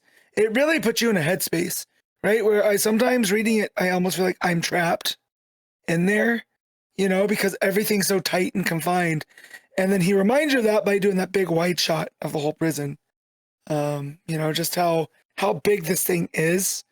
And yeah, it's a real fun, art trick as you're reading. Yeah, and Babs loses her glasses during this when the guard fights her. Her glasses get damaged, so she actually doesn't have her glasses on for the rest of the issue. I'll be interested to see if that stays consistent now throughout the rest of the story. But it's kind of fun though, because before that happens, there's a lot of panels where her glasses are just kind of blank reflections of the sort of green light that all the backgrounds are. Yeah. So it's a little bit Oracle looking in the color, which I thought was interesting. Yeah. Also reminded me of James Jr. the way he was drawn. Right? Oh yeah. You would never see his eyes. Yeah, I remember. Yeah. So yeah, a little bit of that. It's obviously the last issue was quite trippy because it had all that Grim Reaper stuff that it was doing. This one was a bit more straightforward, which was nice.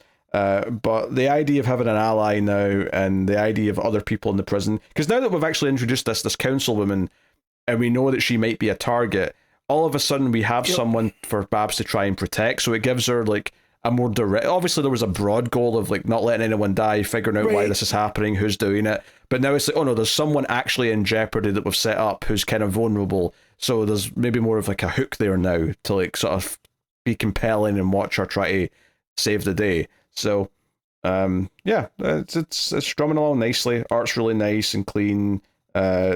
Clean to a point. Obviously you said it's quite gritty and there's a lot of kind of it's very inky, and it sometimes does this thing where there's like motion lines, but I wouldn't say it's got it's not got that sort of splotchiness or the cross hatching that some comics do to do gritty. It's a bit more specific. Like it's trying to almost mimic the idea of the bars and the cells where everything's based on lines as opposed to anything else. Well, and shadows and stuff, right? Like like you said, like the inkiness of it all. So no, I had a good time with Breakout once more. All right, Matt, what do you want to give Breakout? I'm gonna give this one a 7.5. Oh, I'm happy to go with 8 on this one. I think I had a good time. Yeah. Good time. All right. Green Lantern Corps issue 18, legacy number 121, Morgan Hampton writing with Fernando Passarin and Juan José Reap on the art. So Matt reads this one, so take it away. Yeah, so the Green Lantern Corps, all the Lantern Corps, not just the Green, they're still at odds with the Manhunter in Aya, right, in that form, and Aya sent her the projected self, her full pure will. And she's helping Guy Gardner, and she keeps the Manhunters off of him long enough that he's able, as the All-Sight, to channel all of the entities at once. And he ends up taking on this color that they keep calling chrome, but it's more like a prism. So he's not a full white lantern because it's not all the colors combined, but he's representing all the colors at once, like the shimmering across him, which is, for being the All-Sight, is pretty cool. And when he takes this form, he can channel any of the colors at any time, right? So as he's fighting all these different versions of Aya, he hits like with a red lantern energy burst. He uses the yellows to bolt the Aya android down, and then uses the green to get the projection of Aya into her full body, where now it shifts to the different art style, and it's Aya's programming against the Manhunter programming, and they end up going back and forth, and Aya ends up realizing that while the Manhunters might be infinite, they can never understand emotion, and that's why they'll fail, right? You can build all of the things and try to stomp out the emotion, but the fact that living things like Aya, right, because she has sentience, right? She has programming, but she's also her own being. The fact that, she exists makes it infinitely superior and them infinitely inferior. And through that, she is able to take the corrupted programming out and take back control of her body. And in doing that, disassembles the big, huge Aya kaiju that's attacking Oa. While she's having this struggle, the core are still in Voltron mode and fighting the big gigantic one. And then Guy and Jess show up for the fight. And while they're there, Guy shares his power with Jess, which I think is a real fun moment, because if you're a long-term reader, you know that Jess and Guy have had issues because Guy has that drill structure mentality that he's going to make you tougher, while Jess had that, agoraphobic, she feels fear differently, and they always clashed. So the fact now that Guy's like, no, you're the core leader, you're capable of this, he shares this, again, the shimmering lantern energy with her. That was a real fun moment. And they go on to help fight the big robot. And this ends up with all of them standing, triumphant. Fun panel that has all of the different Lantern Corps members on there: Larfleeze, Sinestro, Razor. And then it cuts to a couple days later where Guy has been sleeping for a week, right? All of this action of him jumping realms and representing the different entities. Jess comes and gets him and is like, hey, we have to create a new well. And so what they have done is they've taken all of the big gigantic batteries, right? They've put them around this big hole where that is now all the emotion is going to come from this well, and it's going to be concentrated and directed by the different emotions or from the different gigantic batteries into this well. And that's where they're going to pull their powers from, right? And all the energy. And that's because the deal they made with the entities that they'll help the entities and not use them just for energy anymore. And it allows the entities to feed. They do this really cheesy, Guy does this really cheesy oath as being the all-sight. That he says, I master one and temper others, yet all emotion forever hovers. Inside my soul's eternal reflection, you'll witness my power, the emotional spectrum. And I was just like, all right. I mean, I get it. A new Lantern Oath's cool. It just didn't hit like some of the other ones did.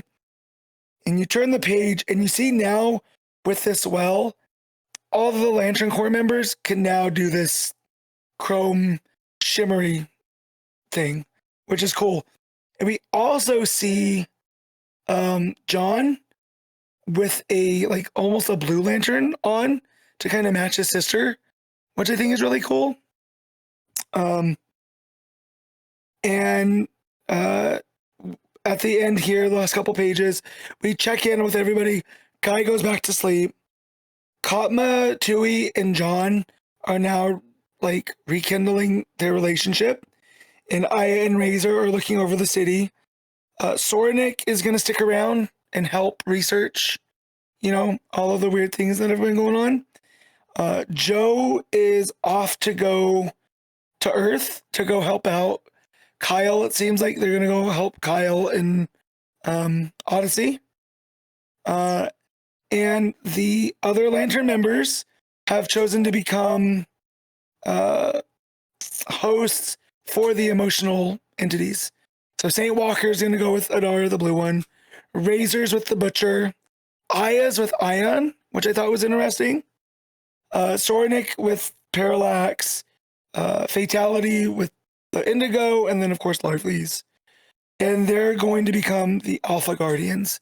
So now it seems like Jess is going to be the green leader. And this is going to be the Council of Elders that's replacing the Guardians. Yeah, and it's hinting next that the next month it says the Lanterns go up against space capitalism with a question mark. So all the Aya stuff here, I thought really, it went to a fun place of her realizing that while being a robot, right? She's an android. She still has sentience. She can still feel emotion, which makes her like more living than the Manhunters, which just replicate, right? So I like that, and I like that's how she beat them. And then all the stuff with Guy and finally getting peace with the Lantern Corps, I thought's really, really cool. My main question is what's going on with the Violet? Because the Violet entity's there, but we haven't seen Carol in a while, right? She went off to go research what's going on there. So they're missing like a seat at the table still. So I'm very curious to see where that's going to go. But yeah, so getting through this arc, it had its ups and downs, but I feel like it stuck the landing. The art here, having that clear delineation of inside Aya, like her brain and what's going on there, versus the big space battle outside. They actually got the breaks down finally, where we're not just having a bunch of artists popping in on random pages and whatever. So yeah, pretty good. I'm gonna stick with it. You know, there are times where I feel like I'm faltering, but I gotta know what's up with space capitalism, right? Like, it's gotta be as bad as our capitalism, but bigger because it's space. So, yeah, I'm gonna give this a 8. I enjoyed this issue. Well, it's a fairly high score. Batman and Robin Year 1 Dynamic Duos Issue 1. Mark Waid writing with Chris Samnee on the art. I'm just annoyed at the title, right? I just like having to say all that is such a mouthful before I get to the credits. It's too much. Should have been called Year 2. But hey. However, it's fantastic. Yeah, I mean it's great. It felt like a warm hug from a missed family member. Yes, we had every reason to assume that this was probably going to be great, given that it's just a continuation from the previous Year 1s by Mark Waid and Chris Samnee. And yes, it's very good. It's you know, it continues that chemistry that their Batman and young Dick Grayson have. It's got some other things that it's introducing here. We get Catwoman popping up, of course, and maybe the reason why it's called Dynamic Duos plural, maybe starting to be hinted at. Maybe Catwoman and this other this kid's going to be the other duo at play.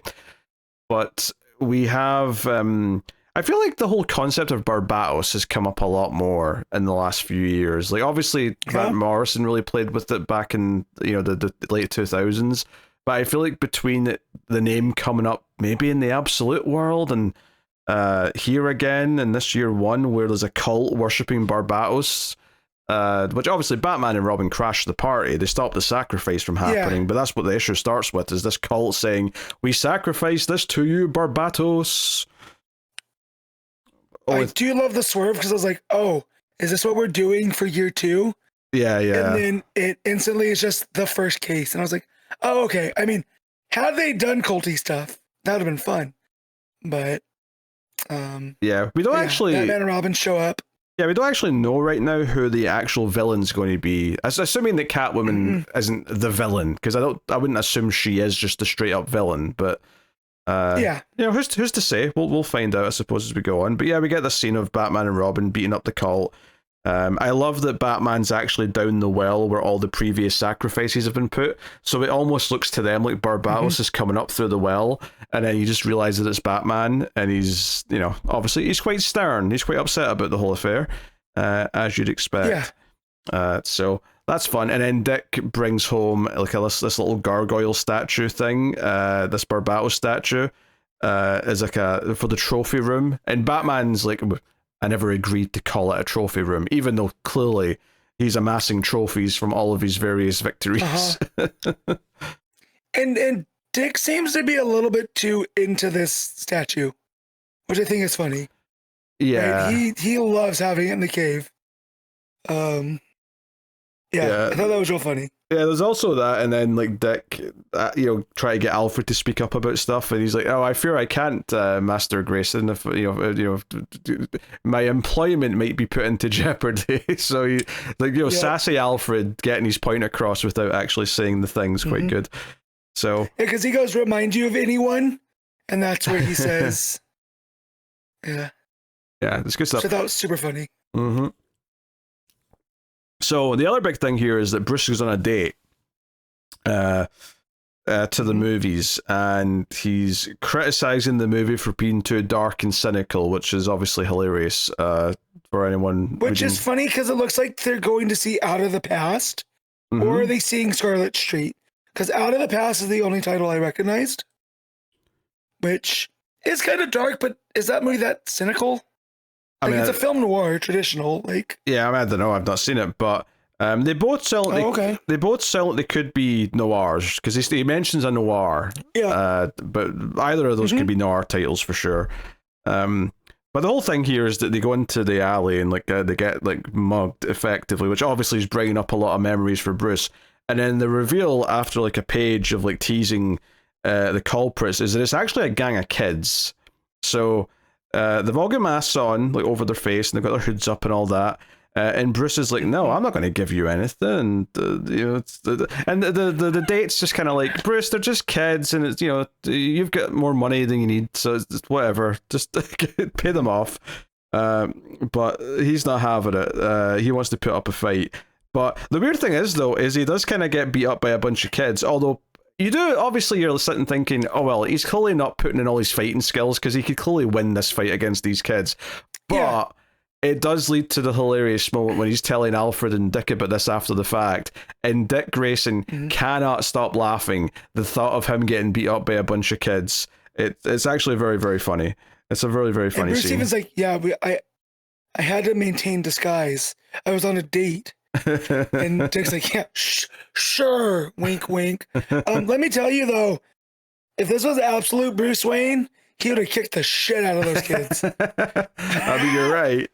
You're right for sure. Yeah. But he does eventually, he grabs one of the kids' arms because they're going for the handbag that the date's got. And this turns out to be a girl. And Bruce sort of grabs her arm, and is like, oh, you know, like, and the girl says, you're hurting me. And Bruce just yells, we are not prey, which does kind of sound like he's trauma, like he's PTSD about the whole Wayne's thing starting to come out a little bit. Yeah.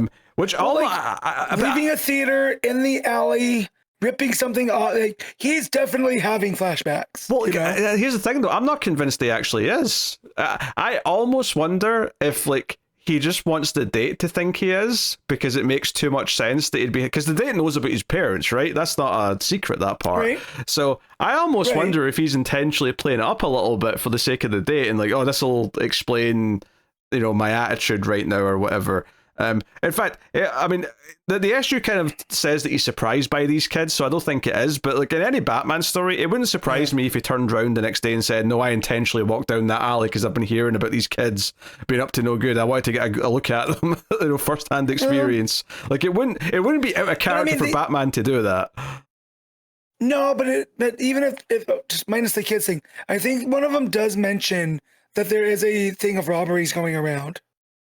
Right, but they didn't mention kids. So yeah, maybe he was like, "Oh, I did go down that aisle because there are robberies. I wanted to get some intel." I mean, that would check out. Yeah, but the kids he does seem surprised by.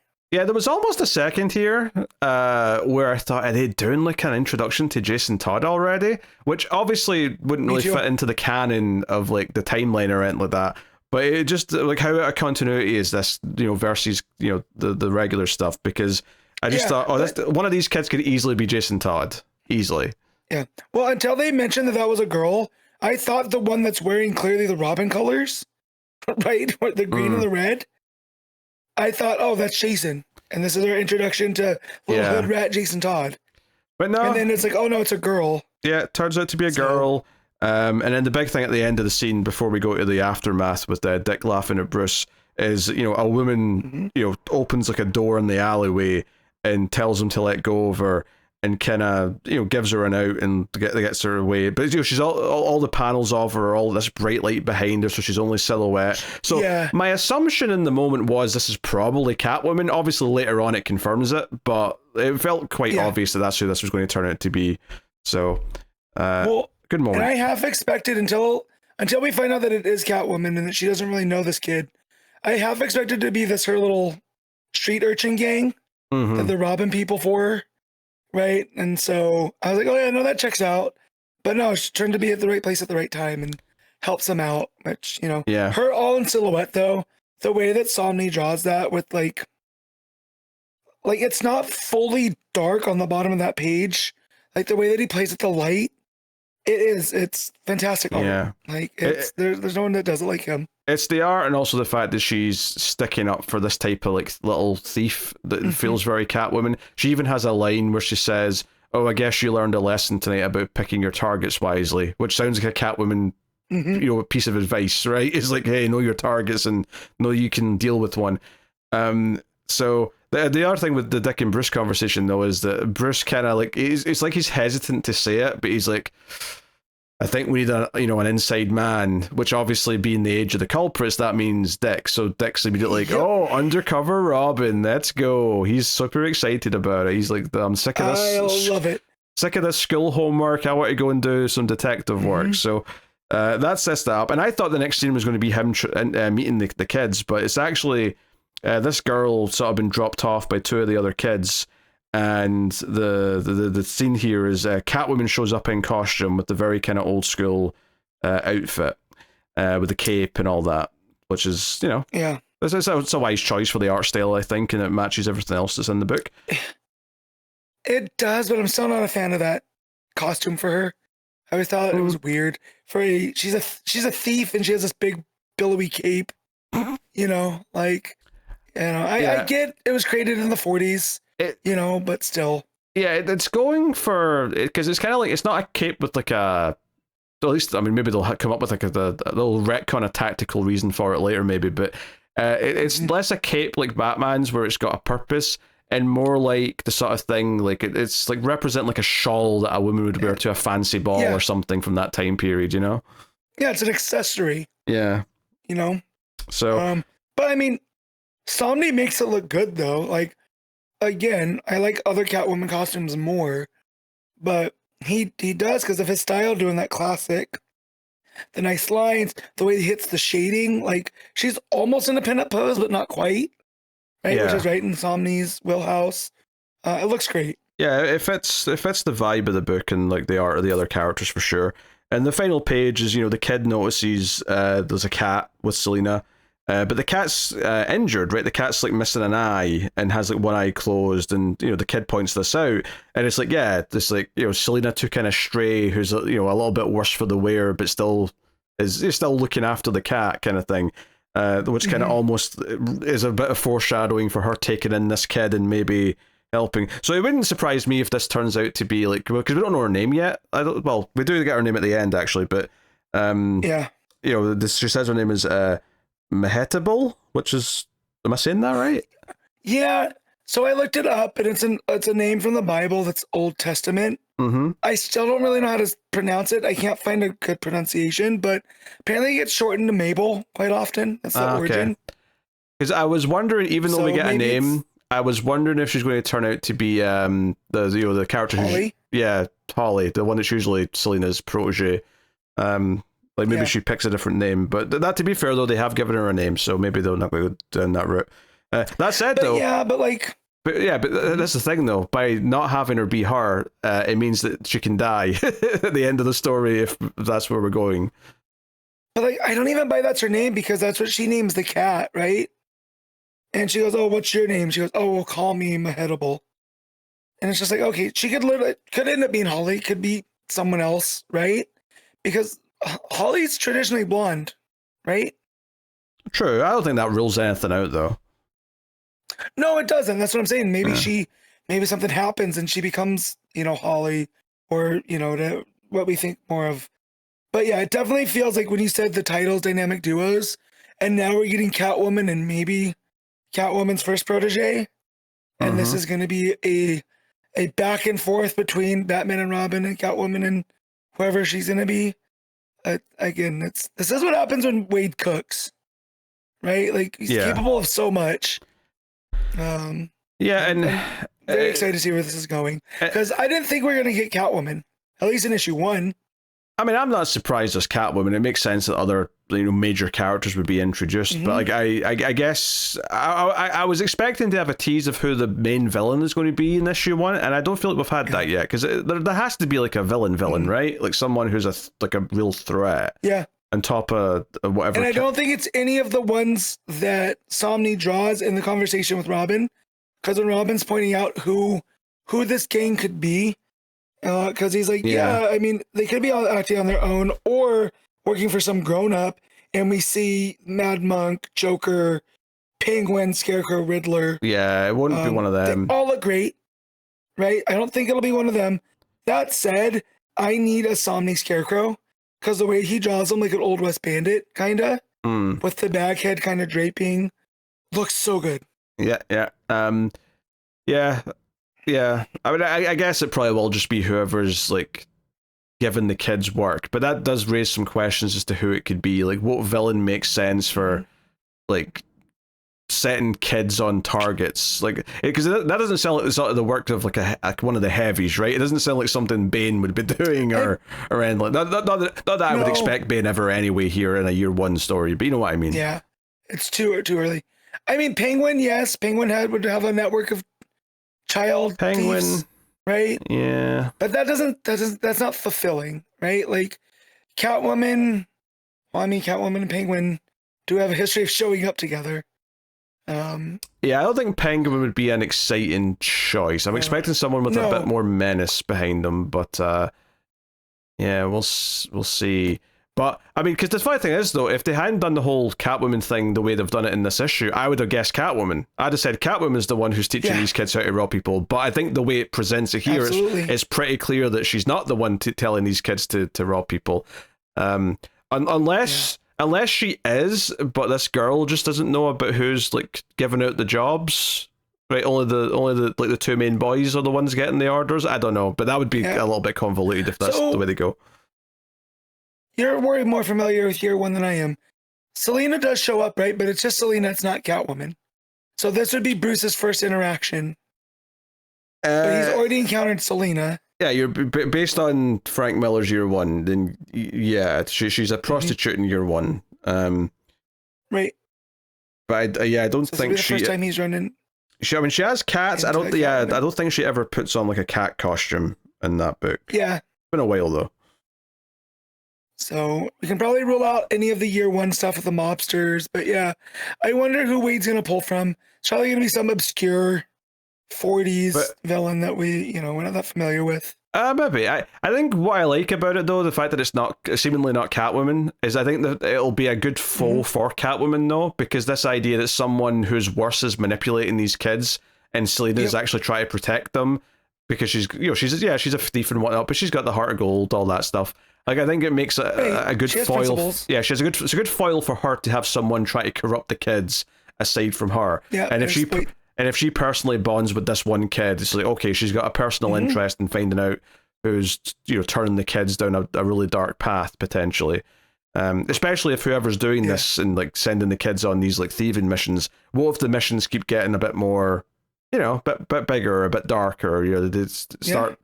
One day it's just like some muggings and pickpocketing, and the next day it's like, oh, now I want you to hurt someone. Now I want you to do this thing that'll help something bad happen, kind of thing. Or the idea that the kids are expendable, right? So just send them after, and then if people know they're getting robbed in Gotham, they're going to start carrying protection, right? And if someone doesn't care about these kids, I could see Selina being like, no, that's not how we do things. I'm all for robbing people, but not like that. Do it yourself. I can see that being a big crux. You said something about protection from kids, and the word that popped in my head was just condom. So it's because the way you put those two things together. I mean, yeah. That prevents kids, though. Yeah, well, I'm just picturing like the upper class of Gotham walking around, and a bunch of kids try to mug them, and they just throw like a handful of condoms at their face and run away. Look, if they're robbing you in public, it's already too late for the condoms. Oh dear. This was so good. Again, not like disappointed is not the right word, but when it shifted away from the whole cult thing, where I thought, oh, this is going to be like a cold open, and this is what we're going to be investigating. Right, but then Batman shows up. You're like, oh, okay. There's just a piece. If I had to pick something negative in this, that's it. But even then, that's me. Oh, really? That was the That's not even opposite. I was happy that turned out to be cold open. I didn't want that to be the story of this book. Yeah. So, because I just like that it would be so different from the last one with the mobs, right? And him dealing with the guy that was taking over the general. You know, now we're getting into the more esoteric side of Gotham. That would have been cool for like a year or two. I mean, I'm not mad at this either. I mean, whoever this villain is that's got the kids doing stuff, and maybe he's like collecting this money, or she is collecting this money for something related to a bigger, like more either supernatural or. But I mean, the last book, despite being mob focused, did have Clayface, and Clayface was like a great horror villain in that book. So I am not doubting the potential of whatever villains they've got lined up to make an appearance in this over the story. Like I said, I don't expect anyone we associate with later like timeline stories. So yeah, I would not include Bane because that's you know Batman gets his back broken late in his career, so we're not doing Bane up front. I wouldn't expect anyone who's newer than that either. But like, what villains have not been brought up yet that could be slotted in early? Like, you know, like maybe a Croc, maybe like a Firefly or Croc a Killer makes Moth. Sense. Yeah, Croc makes sense because if he's working from underground, right, and having the kids do stuff for him, I could see that. Is he just asking the kids like through the sewer grates like Pennywise? He's just like, hey kids, come over here. Like, I need money for whatever Croc's eating these days. Yeah. Or bring me money and I won't eat you. Type of stuff. Like that's also a potential. Yeah. Like there's potential there. That was just the first thing that popped in my head. I'm sure there's. I mean, Batman's got a lot of rogues in the gallery to pull on, and it wouldn't surprise me. Well, and we can. It wouldn't surprise me if he takes someone who is considered a C-lister and elevates them to at least a B-lister, just because, hey, this is someone that doesn't get done as often. Well, that's what I thought about the Matt Hagen Clayface, right? Yeah, The Basil Carlo. But the fact that he made him the Matt Hagen version in that first story. But I was like, you can kind of roll out the Banes, the Ra's al Ghul's, kind of the big, heavier hitters. It's probably going to be someone closer to Gotham, if I had to guess. Because this is all very street-level type of stuff. Yeah, I wouldn't expect Mr. Freeze or anything like that. Yeah. Yeah, it does bear some thought. But it's interesting stuff. But I'm excited. I'm excited to see where it goes, and I'm excited to see Dick go undercover. So, undercover Dick, where it should be, unless consent is given. Yes, absolutely. That was just a dumb joke. I'm sorry. It's a very dumb joke, but it works. It is our brand. This is what we've done because our favorite character is Dick Grayson. Like, you know. Yes. You know, and if things go well, undercover Dick can be uncovered Dick. So, Matt, on that note, what are you giving Batman and Robin Year One dynamic duos? Do I want to bump it up to 0.5 or do I want to leave it at the even? So it's really good, but there's still potential to get better. So I'm gonna go straight 9. Oh, I thought you were arguing between an 8 and an 8.5. I was not. No. Wait, you were thinking 9.5 maybe even. Yeah. It's definitely in that 8.5 to 9 range. I'm just trying to decide where I want to land on it because it's. Yeah, it's probably the 9. It's honestly, it's like reading. It's well, not reading, but it's like sliding through warm butter reading this book. It's just it flows so well. The characterization is just down, and then Samnee's art just makes every moment feel just very intentional and moody. And the you know, I often talk about my favorite comic art having good pacing. Like there's good pacing in the scene where you feel the movements at the right time, and like it's like having the right beats between reactions or the next bubbles of dialogue and so on. And it makes it feel so cinematic. And I get that people probably hate, like some people who love comics hate using that word because it's like, oh, you compare it to a different medium, but I don't have a word for it though in comics. Like that's the best thing I can come up to describe it with, is just that it feels more cinematic, and I like that when I get that effect. So there you go. That's Batman and Robin Year One dynamic duos. The Fury of Firestorm, issue 4, Jeff Lemire writing with Rafael de Latorre on the R. Okay, well, you know, someone came along and said we don't want Mark Waid to just easily get the win this week with a new year 1 book. So Jeff Lemire said, you know, not today, Satan, because my Firestorm book's still going, and we're not going to back down without a fight. So, yeah, you've got Lorraine with Stein with their machine. She's going to try and communicate with Ronnie, who's inside the Matrix, inside the Firestorm body. He's not in control, of course, and he's inside this big crystal sort of concoction that he's got in the middle of the city now. But there's a lot of flashback issues in this flashback pages, I should say, in this issue. But it also kind of recontextualizes them a little bit. Well, they're probably real flashbacks for the most part. They're actually also what's going on inside Ronnie's head right now. It's almost like the Matrix is keeping him trapped in old memories. So it kind of, like, I'm sure most of this stuff mostly happened, but it's kind of recontextualized it into, oh no, this is him keeping him in the fantasy of like those early days where he first met the Justice League, where he first got to be useful, and Green Arrow said, yeah, let's take him along for this fight with Eclipso and come on, whatever. Flamehead gives him a nickname and they're buddies. It's all nostalgia, right? Yep. It's keeping him tracked with these happy memories. And remember when things were so much better? And then the art looks like it's straight from the 80s. Like, just the way that De La Torre draws Green Arrow, it looks like that era, right? Like, it's very much of the, God, he's the style format. I'm drawing a blank on his name. But he was the guy that did the style guides for DC in the 70s and the 80s. I think it's Garcia Lopez. Yeah, I'd have said, and it looks straight from his. Yeah, you know? I mean, I've been describing this art as Silver Agey, but I mean, I could see the argument for Bronze Age just the same. I mean, but it's of that kind of classic style where it looks so different to the main art in the book that you feel that difference. You know, that transition where it's like the close up of Firestorm's face, where he's like, "Oh, me? You want me to come on this Justice League mission?" And then that next panel's like the humanless Firestorm of the present day, with just the eyes and the dark like shadows of the face. I'm like, holy shit! Like, you just the impact of that art change. The only thing that it's reminded me of a little bit, not so much the direct comparison with very similar panels, but in that way that we had the two artists on that the Doctor Strange. Or the Adam Strange book, not Doctor Strange. You know, the Tom King Adam Strange book. Yeah, I got very. Strange Adventures, because we had all the flashback stuff was the one artist, Doc Shaner, and all the present day stuff was the Garrett's stuff. And I think that's the vibe this gave me. He said this is almost more impressive because this is the same artist doing both. Same guy. Yeah. Well, and just the way that it pulls back, it goes from the regular Firestorm face to the Void to him on the throne to Lorraine and Doc Stein outside staring at it.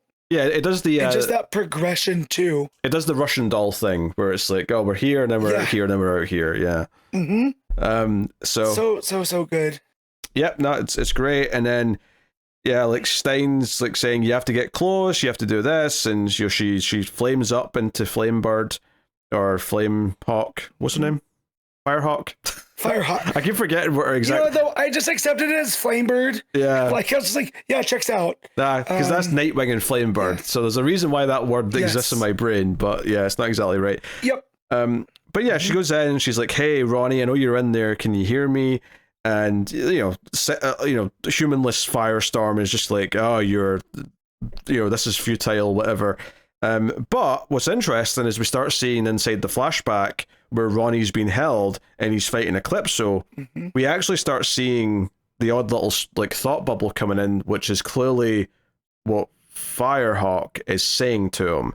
So you start to get this idea of this is happening at the same time, and like all this stuff looks great. You see all the Eclipso possessed people running towards Firestorm in this dream / flashback. You see the other Justice League members possessed by Eclipso all try to grab at him, and you see more of these bubbles coming in of Firehawk trying to reach him, saying, "Ronnie, please listen to me," and because he's getting beat by everyone else, he feels alone, and Stein in his head inside the flashback is like, "No, Ronnie, you're not alone." So it's a whole thing. And then to sync up with that, Stein in the real world, who's trying to get the device working, the car's powering it, and the car starts to like die. And it's like, oh no, this isn't working, you piece of crap. I have to try and fix this. Yeah, So there you go.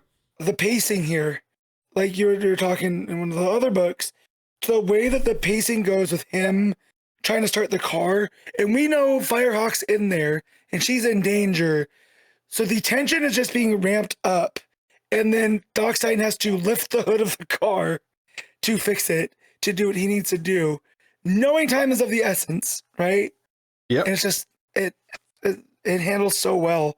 Yeah. Also, the page before that, when Firehawk's fighting, the way that her blue hair is up against all of the red, it also, that blue matches the Stein that's talking to Ronnie in the memories, right? So it's driving that those are almost her words coming through, trying to break him out of it. So again, I like how the art and the words are reinforcing each other. Yeah, and you've got like eventually Firestorm being grabbed by all these Eclipso-possessed people. He actually starts yelling out her name, and it's like he's actually getting the whole, you know, he's starting to hear her. He's starting to, and he's even saying, "Help me." It's a whole thing, and she's like, you know, I'm not giving up on you. And we get this gorgeous 2-page layout as like like her hand reaches his, and it's like all the memory flashbacks all just shatter into negative white space, and they're over on the far right as she puts his hands on his face. And it's him talking for a minute, but he's like struggling to stay in control. So it's only a few panels before he's like, you know, he's like kneeling down in pain, and he yells, "Run!" It's a very Bruce Banner Hulk thing, right? Where he's like, "Run!" right before he transforms. Yeah. It's exactly that type of moment. And then, yeah. Well, even her hands on his face is very Betty and Hulk. Oh, sure, right? Yeah. Like, and just that whole page with the "you found me," and she says "always," and the way that all of those Bronze Age, Silver Agey colors are just like confetti in the wind. Yep. And gone. Oh. Yeah, and then, yeah, like I said, he yells "run," and immediately it turns back into, you know, faceless Firestorm, who grabs her by the neck. And that's when Stein's plan B was just to ram into him with the car. So he rides into the crystal, hits Firestorm. Firestorm's like, "You." But then there's a twist. He calls Stein father. And this is not Ronnie. This is the emotionless Manhattan style Firestorm. Yes. And then Stein calls him son, and Lorraine's like, "What the hell? What are you doing?" And the final page is a full page spread of Matrix Firestorm taking a knee. He's kneeling before Stein, and Stein says, "Now then, let us begin." What the hell? Like, this kind of almost gives us the sense that, like, Stein's been up to something this whole time, and given the way that he lied about everything in the origin story, and he tricked Ronnie, and it showed how much of a bastard he was and how manipulative he was, it wouldn't be that far-fetched to think this. Part of me's almost wondering, like, he just gambled on the idea that the Matrix would see him as his creator, so therefore he'd be attached to him, and this was like a gamble. But it's hard not to see that line, "Now then, let's begin," as if, oh, what are you about to do with the Matrix? Should we be worried about you, Stein? Yeah. So the way that he was in hiding, who was he in hiding from? Clearly it wasn't the Firestorm Matrix, right? Which is what I was kind of thinking. So who is he in hiding from? What does he have up his sleeve? And I would buy this more as a heel turn because of the page where he says "son," and it's just the Matrix in his eyes, right? It's like, to me, that has stopped being Dr. Stein that we know and love, and he has reverted to the pure science, this guy's sketchy there. Because after that, you don't see his eyes anymore, right? If you go back and look on the other pages, it's just we see his eyes through the glasses. Yeah, it's just a reflection of the Matrix Firestorm in his glasses in that last couple of pages. Yep. So, yeah. Oh, I don't know. Like, I don't know if this is him still trying to do the good thing, but he's like playing along with Firestorm to like help, or if he's actually like in command of him, and we're going to find out that he wanted all this to take on some other, whoever he was hiding from, or just generally like reshape the world or whatever. I don't know. Like he might be going full supervillain here. It's hard to tell. Definitely, and that's just the. And then when you see this, and if you're reading this, him having a villain turn, him doing the car, being like, I gotta get there. This is his only chance to put his final thing into action. So again, that's great writing from Lemire's part. We look at it with perspective, and now you're seeing the whole different side. Which that does make you wonder if he always was up to something, and he was never intending and helping the way he was supposed to. Does this device on the car actually do what he said? Or what was it supposed to do? Yeah, because it's supposed to be the thing that's going to separate Ronnie and then reset the Matrix. But I don't know. What if... Here's what my thing for this was, what if Stein wants to remove Ronnie and put himself with the Firestorm Matrix? And it's just the Matrix and him. And now he gets to be this pure being that can remake things in his image or do the full science, unlock the knowledge of the universe or whatever. Yeah, he wants to be God. Yep, it makes sense. He needed Lorraine to do that to pull Ronnie out. So, but yeah, this just, between the alternating art style, the way that it's paced, that page of them meeting, and like you said, very Hulk-like. It's Lemire on full mode. It's De La Torre, just who's an artist that we love, going full. And again, I read this so fast. Like I went to turn the page, and I was done. And I was just like, man, that is a key to a good book. When I'm not even noticing the page count and I'm whipping through, I was shocked that I got to the end, because it felt like, not that it felt like I wasn't at the end of a chapter, but just like, whoa, there's got to be more. And I have to wait a whole other month. So, but yeah, that last couple pages are a whole wallop. Yeah. No, I mean, the ending's solid. For me, it was the fighting to get to him, from Lorraine, and like sort of seeing her voice penetrate the memory flashbacks that he was trapped in. Like for me, that was a really great build to a climax of that 2-page spread of the, I'll always find you moment. It just the perfect crescendo, just to get what she gets, like maybe 3 lines out of him of his real voice before it turns back into the Matrix, and it's just enough where it's like, a glimmer of hope before it comes in, and like, oh no, we're at our darkest. Because keep in mind, this was supposed to be the penultimate issue, but it got extended by 3 in the last month. So I wonder how much has changed for these last couple of issues, or if issue 6 is still the issue 6 it was always going to be, but he's just got some cool, like, I mean, I don't want to say epilogue, but like just do a follow-up. No, but like a denouement. Yeah. Yeah, like the fallout from everything that's happened, because Firestorm changed a whole town to glass, right? There's going to have to be consequences, That's a big deal. For someone. Yep. It's a very big deal. But yeah, this is a great Dr. Manhattan story that's not Dr. Manhattan. Like it's all of those hallmarks. Yeah. But also being very true to the superhero side of things, which I appreciate. But also more sympathetic, because Dr. Manhattan doesn't have a real person who's trapped inside of him in quite the same way. Right. I suppose you could argue the person he used to be is kind of in there in a sense, but not really. Right. But he ceased to exist when Dr. Manhattan came into existence, right? Like, that man died and Dr. Manhattan was born, whereas Ronnie's still in there. And the Firestorm Matrix seems to be in control, but like this, when he kneels down that way, it's like, well, how in control is the Firestorm Matrix? Is it still kind of responding to Stein? Right? Because for him to be able to do that is it's wild, but I look forward to the explanations for this next month. So, no, excellent. What are you giving Firestorm? 9.5. Whoa. Oh, it's tempting. It's tempting.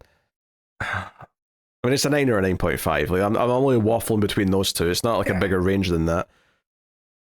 Oh, it's excellent. I'm going to say 9. I'm just going to say a flat 9. Okay. But fair. Excellent. It's excellent stuff. Right. So there we go. Cool. All right. Clayface, Celebrity Dirt, issue 2, Jude, Ellison, S. Doyle, and Fran, Galán on the art. So, yeah, I mean, we were surprised. Well, but maybe that's not the right word, but we're pleasantly into the first issue of this. Second issue continues the whole thing where, there's a second Basil Carlo. Our main Basil Carlo believes he is fake Basil Carlo, so he wants to take him down and infiltrate him in Hollywood and see what's going on. But we also have these weird murders where it seems like people have been turned into clay and they're melting like clay. Although no one's going to be that upset about this first victim who's doing the ultra like douchebag podcast at the start, who's talking about how there's no such thing as toxic masculinity. It wasn't sad to see him go. I'll say that much. Yeah. He's a big mouth personality that ends up with a huge big mouth. Yeah, literal big turns into mouth. clay and droops down. Yep. So the main focus of this issue, though, and the art here is quite good. I love Clayface. He's in like a hotel, or it's not even a hotel, it's an apartment building. But he's looking out the blinds, so you just get those lines of light going across his face, so it's super moody. But effectively, he's been pretending to be this old man who actually died of a heart attack recently, but he pretended to be him to get his apartment, so he's got a place to stay in LA. And he's befriended this neighbor who's helping him, this woman named Katie, who's been nice and helping him with his computer and stuff. And I think the whole thing with this issue is that it does a really good job of making her seem like a very likable, friendly character who helps Clayface, not knowing he's Clayface, but helping who she thinks is an old man. And he never means her any harm. He's never like planning anything malicious or anything. She's just kind of someone he can talk to. And he goes to the diner where she works later on and all that. So the reason why I'm bringing all this up, though, is that at the end of the issue, when it seems like the Clayface killer gets her, it actually feels quite bad. Like, you're in complete contrast with the first kill, where it's like, oh, this douchebag deserves it. Like, get him. But at the end of the issue, I'm like, oh, you made me care about this woman. And now it seems like she's been got. So it's almost like it's giving, even if this Clayface killer has nothing to do with the Basil Carlo, and he probably does, but let's just say he doesn't. Now our main Clayface has a reason to want to go hunt this killer down, regardless of any connections to the actor Basil Carlo. Yeah. It does a really good job of, through their relationship, humanizing Basil, or the one that we're following, because it's this whole thing where, like, he still shows up as the old man at her diner, right? And he's talking with her, and they have a genuine friendship, it looks like, and we find out that she has a twin sister, and so we get into this whole thing of identity. Like, they're the same person until they're not. Where she had surgery for breaking her femur because she was running hurdles for the track team, got hooked on pain pills, became a different person, and it all very kind of mirrors what Basil's going through. And so he finds like this sense of kinship with her. Can I pose a theory here based on what her backstory is that I think it might be setting up? Is it possible that the other Basil is actually just part of the same Basil and he just separated a long time ago? So they're basically it's like they're twins because it's just a part of the same. But obviously the clay just separated and he's just not aware that he's got two versions of himself running around. Yeah, it could be. But the one thing that gets me there is it's very clear that one of them that looked like the actor was the killer at the end of that first issue, right? It seemed that way in the first issue, yeah. So if it is a Clayface killer, because the guy that comes, I'm looking at the page right now, where she leaves Basil as the old man, and the guy with the weird clown paint, and like he's melting. Well, it's not. Starts coming talking to her. It's not paint. It's like a mask he's wearing, and the clay's kind of pouring out of the mask. Okay. Yeah. Okay. I see what you mean, though. It's got like red lips and like the blue around the eyes. I get what you're saying, but it's a mask. Okay, but no, now that I look, because of how it's dripping beneath. I think that's the clay killer. I don't think that that's Basil. And so I think this is the guy that snatches her at the end. Yeah, I would agree. But I don't think that was. Yeah, I think this is set up for him coming to get her at the end because he's meeting her here. Yeah. But it does seem like the actors also, like, because not only did the end of the last issue seem like he killed someone, and maybe the theory at the time when we talked about that issue was that he's sucking the life force so he can keep becoming becoming a human to act. But in this issue, we get like a scene at like a movie set, and like the crew member, the runner. So the whole plot here is that Basil actually, transforms into this person who works there. He makes an excuse for her to leave, because she finds out her mum's sick. But it sounds like Basil may have just made that up. But regardless, he becomes her so he can snoop around, and he talks to like the main crew member, whatever the guy's in charge. And he's like, "Hey, you shouldn't be alone with Basil, like the actor, because."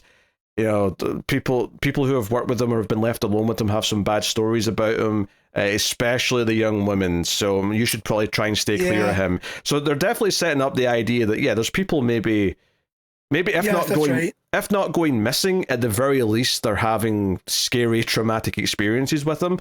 So experiences with him. Yeah, but it would be super dark though, right? If if it is just like another half of Basil who separated, this idea that one of them turned into a vicious killer who doesn't care how many people he kills, and the one we're following is more sympathetic, it would really introduce that idea of like how one became one and one became the complete opposite. Well, and it's the nature versus nurture. It fills in with that twin narrative with her, with the waitress. But yeah, and also what if that Basil is Clayface, right?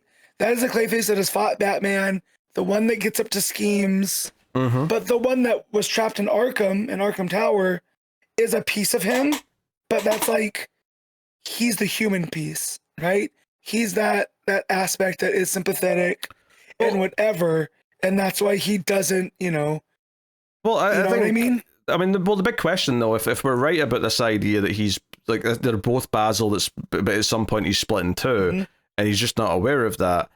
Like, when did that split happen? There's nothing to say that a lot of the Batman fighting stuff didn't happen first, and like the split came sometime later. And maybe this is like, I'm getting into real sort of fan, like, headcanon stuff here.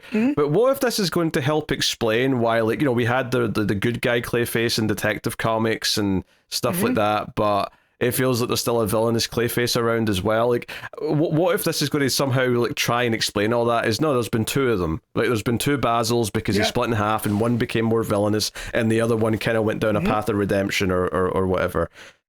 Also, yeah, that's kind of what I was getting at while stumbling through it. Yeah, but also worth mentioning that right after that scene with the crew member, it's Clayface as the crew member. We do see a woman go into Basil's trailer, and she steps on clay that kind of, like, I don't know if it's entirely going to, it looks like her legs melting into the clay, so it looks like she is getting got here. Well, and also there's that that drug that they keep saying is not the Renew. It's not the thing that turned Clayface into Clayface. It's this new one. I'm wondering if that has something to do with this as well.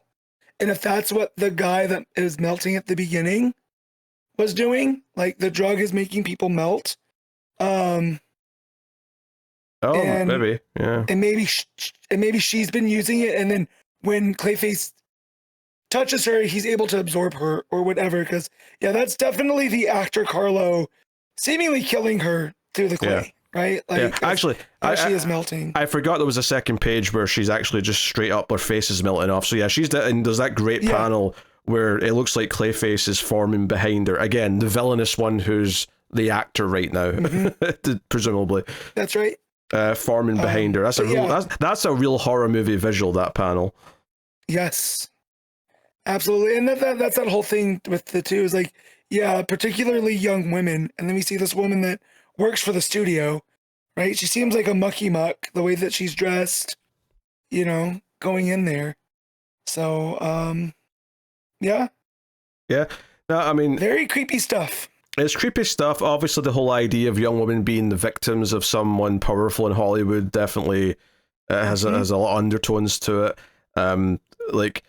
It's weird though, because like obviously, if he's just absorbing their life force, it wouldn't. I assume, matter who he's absorbing, or maybe the whole idea is that it's women specifically that he's tricked into using this stuff that makes them suitable for his thing.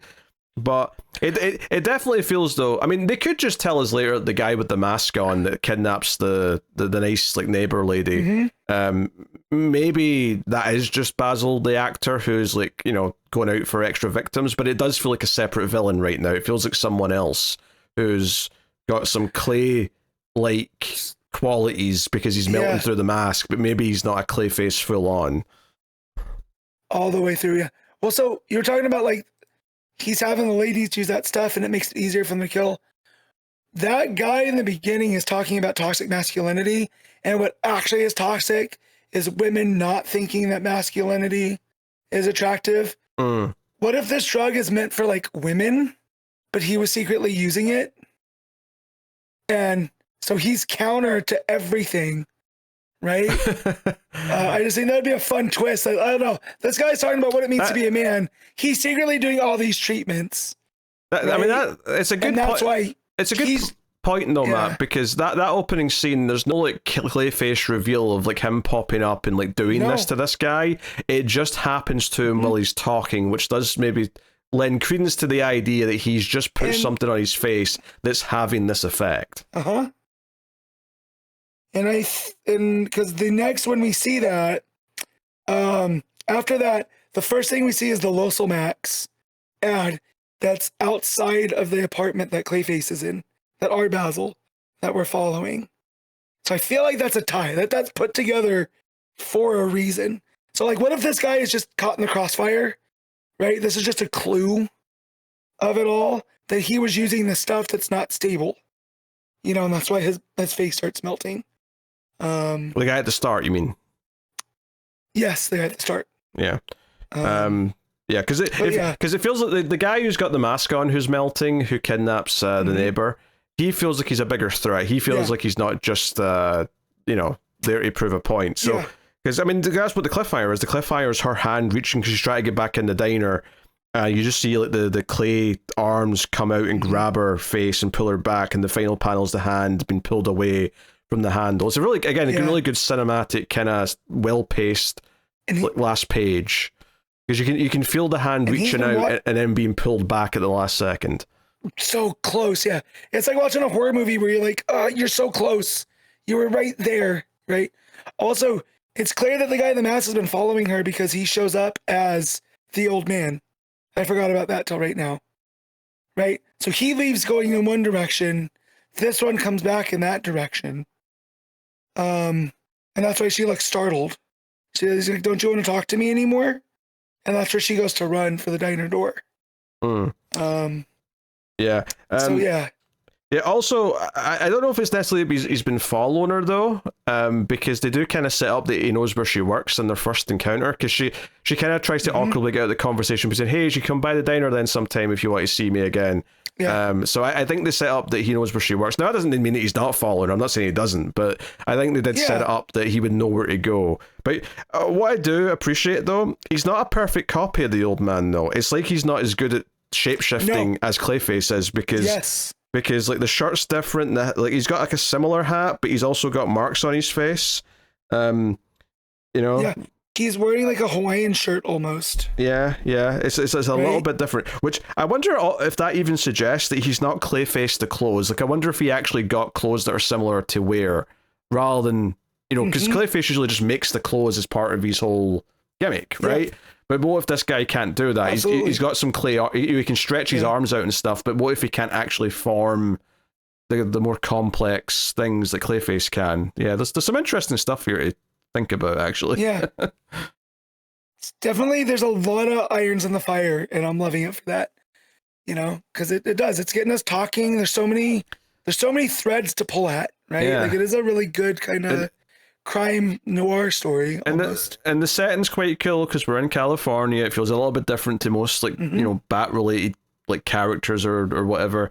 And I also honestly I think the most impressive thing about the book, though, obviously you've got the cool horror moment, you've got the cool investigation stuff and the mystery and all that, but I think the fact that they made me care about this character when she's brand new, so that I'd care when she gets grabbed at the end, I think it's very impressive, and was like, okay, you know what? I'm super into this book now. Like through 2 issues, they've really convinced me that this is something that I'm now actively really looking forward to read now next month. So, you know, what ones could be a fluke, but 2 issues in a row that are really good. Now you've got my attention. Mm-hmm. So, well, and like you said, it's making us care about ancillary characters, right? Because she's not a main character. So, and we care about what's happening to her. So that's some real good stuff. Yeah, compare this character to like, you know, the 5 characters that Supergirl's introduced to be part of her team, you know, and not that I read all of the issues that introduced those characters, but like I care more about this neighbor character than I do about any of those characters. Yeah, and that's just writing execution. Well, right, that's development, right? Yeah. Like, I know now that this character, like, she broke her leg running track, got hooked on pills, didn't like who she became, and lost her family, right? Like, just through, that's like 3 panels. And it was executed quickly, and it fills out the story too, because it kind of mimics what happened to Clayface, right? With him getting hooked on that drug to keep himself looking young, and he literally became someone else. Yeah, it feels thematically relevant to the main character and what we're doing in the story. But, you know, I mean, that's only a few panels of some exposition, effectively, because the thing is that, you know, it's like, no, she's nice to him beforehand, and he seems to be nice to her, and it feels like, yeah, this is like a friend that he's kind of made, that, and like any sort of, like, you know, not that I think this is a romance in any way, because obviously I don't think he'd be keeping the old man get up if he was actually like interested in her in that way. I just mean that, but so I'm prefacing this to just say that when I say it's like a Beauty and the Beast type thing, this idea of like, oh, will she still care about him if she finds out what he is? Like, what he really is? Yeah. Like, that's a question. Now, if she's just dead after this, then we'll never get to that question, but I'll at least care about him, about Clayface getting the answers and, like, getting justice for her. And if she's not dead, if she's alive, it's like, well, okay, well, he's to save her then, and I'm going to care about that, so, you know? Yeah. So I think he's still really close, right? Because looking back at the panels, he's not that far from the diner when the other guy shows up in the background. Oh, so you think like, maybe he makes the save now? Oh, so at the start of next issue, he swoops in and fights this guy off. Maybe it's very possible, because he's not that far away. Right. Because they intentionally show his shoulder in the panel walking away right before the other one comes up and talks to her. So it's possible he'll hear, you know, a scream or something, and, you know, lo and behold, we get kind of the face-off thing. And they're Clayfaces, so they can literally face off if they want. Yeah. So, yeah, I don't know. This is very good. I honestly, in a week with some heavy hitters, this stood out and like stood next to them quite happily. Yeah. So, absolutely. All right, what are you giving Clayface Celebrity Dirt? 8.5. Yeah, I think it's at least that. I might even go to the 9. This was really good. All right. Yeah, I'm going to go 9. Okay. What a surprise. A good Firestorm book and a good Clayface book. What's happening right now? Yeah, it's funny though, because early on the show, Clayface became one of our favorite characters in that tech run. Yeah. So like, this is just rounding back around to liking the Firestorm. See, absolute surprise. Yeah. So... Yeah, but that the fact that we like Clayface in that tech run is meaningless to this book, though, because it's a very different Clayface. The story's very different. Like that style of Clayface wasn't kept up after that run ended, so it's irrelevant. It's practically meaningless that we liked a different version of Clayface, you know, 10 years ago. I would, yes and no, because we were more open to trying this because we do have an affection for Clayface, right? Even the One Bad Day book, we thoroughly enjoyed. Sure. Well, I mean, Clayface is a fun villain, though. Like, I'm never mad at a good Clayface story. Yeah. But, like, Firestorm, we both kind of read, like, fine, Lemire, De La Torre. We'll read it, and now we're like, holy shit, this is, like, the best thing. Yeah, well, yeah, but if you told me, like, a year ago, or one of your favorite books in a year's time is going to be a standalone Clayface book, I'd have been like, yeah, right. Like, I wouldn't have believed you. So, you know. Or Firestorm for that matter, because I've never read a standalone Firestorm book where I've went, oh, that's great. I've been on record going, I don't give a shit about Firestorm, and now Jeff Lemire made me a liar. Now, to be fair, the only solo Firestorm book I ever really tried was probably the first few issues of the New 52 one, but that's, that's not worth discussing. No. So apologies to Gil Simone. But there you go. The Nice House, By the Sea, issue 11, James Tynion IV with Álvaro Martínez Bueno on the art. Penultimate issue of the second series. And this felt like a big one. Because we get kind of some big emotional payoff to the Walter stuff. We get the flashback early on from one of the characters is kind of the reminiscent of, hey, when I met Walter in college, he was really sad about this Oliver guy who was supposed to move with them but didn't, so Walter was always very sad, and he even witnessed like Oliver coming to see him and trying to like say, hey, I still want to be friends, I miss you, blah blah blah. But this is the key thing, he gave Walter an ultimatum where, I want to be friends again, I want to be close, I want to share everything with you, I want all these things, but the caveat is that I don't want to remember that you're an alien, that the world's going to end. I don't want to be put in your house where I'll be protected, because I want you to just spend time with me because you like spending time with me. That's the point. And Walter ultimately refused these requests. He couldn't like sort of parse this idea.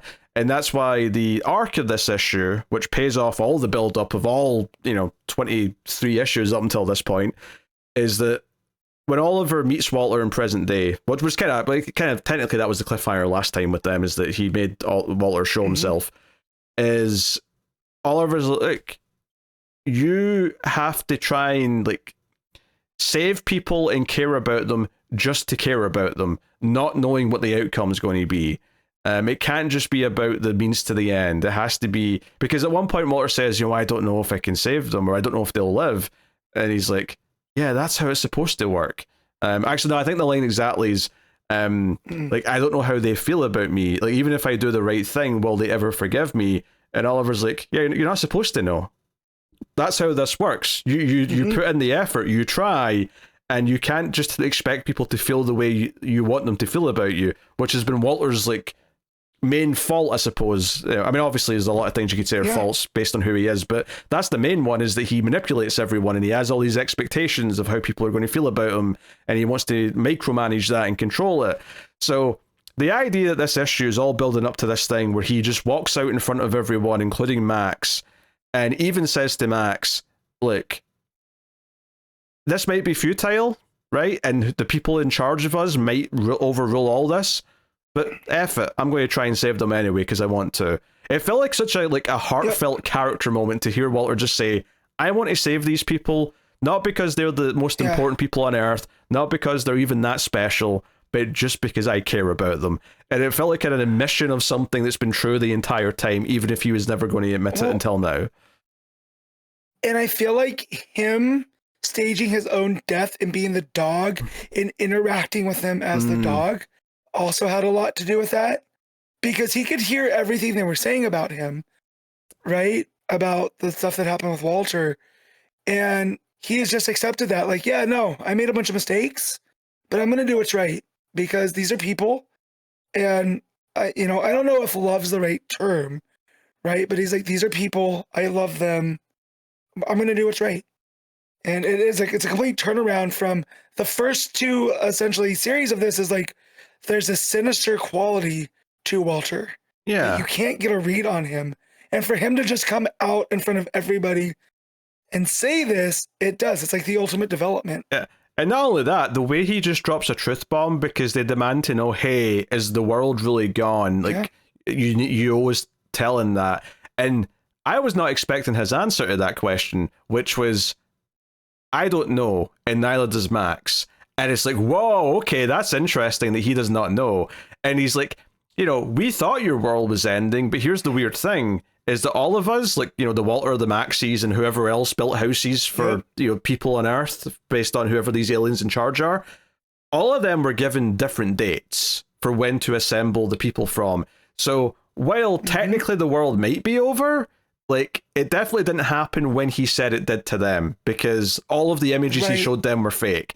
The world may be over, but it wasn't in the way that if anything, he even says that the images I showed you were kind of loosely based on, like, when I asked you in the past, like, what you thought the end of the world would be. He built something based on everyone's answers that would make sense to them.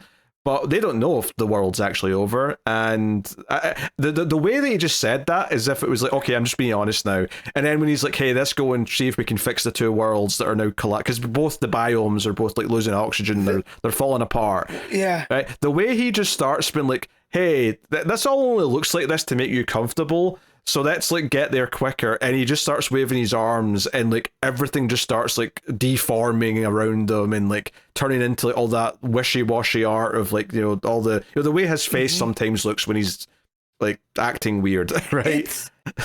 Yeah, when he first starts doing it, it's like that scene in Inception when the world gets flipped up on its side, and then it starts like disassembling, and it becomes that weird, like you said, that wishy-washy.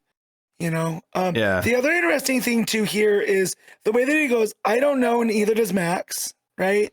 Which Max is like, what? You can't tell them that. You can't tell them that, Walter. What are you doing? Yeah. And then how the two biomes want to be together, but they're keeping them apart. Well, Walter, and Oliver. The way that comes up though, it's the guy with all the arms from the Sea House is like saying, hey, like both of them are collapsing now, and like the Sea House is actually in a worse state than yours. And they basically get to this idea that the biomes or the worlds they're in like aren't places in the same way that we think of places. They're actually sentient things. And because they're both hurting right now, they're actually seeking each other out. So it's almost like an attraction of sorts between these two entities that's merging, and effectively the way that they can be saved is if they become one. So we get these few pages where I was being a little bit cynical. I'm like, okay, you save some time in this art, Bueno, because you've got like 3 pages in a row that are the same image, but they're actually getting slightly closer, which admittedly would still be quite easy relatively to all the other pages, but it's basically like a basic map of each of the worlds. And then after the 3rd page, you realize, oh, they're starting to overlap like a Venn diagram, and you can see that they're merging. So it's funny because obviously this is like a Vertigo book; it's a completely standalone thing, or a Black Label book even. But this is very like Crisis looking the way this was happening, and I thought, oh, this is almost in a weird meta way, a little bit DC to do this. even the final page, right? Because they go out.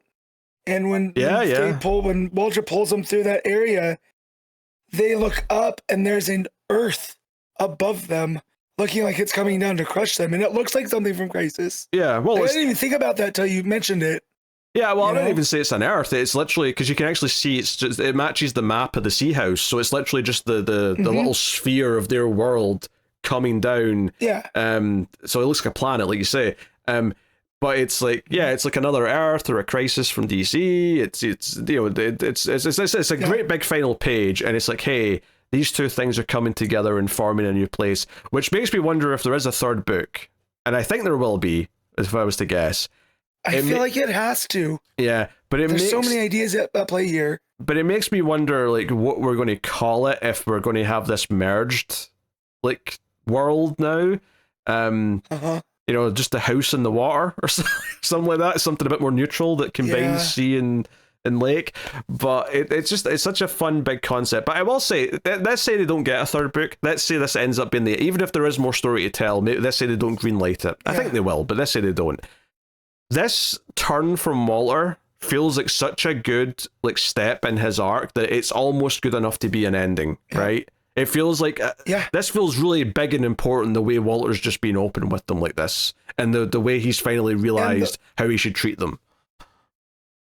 And the way that Bueno was drawing Walter all the times before, he has a very neutral face. However, every time I see him after he makes that admission, he's almost at relief, and he has like a slight smile. Like he's like, oh, I finally can be my true self, right? I don't have to keep these secrets.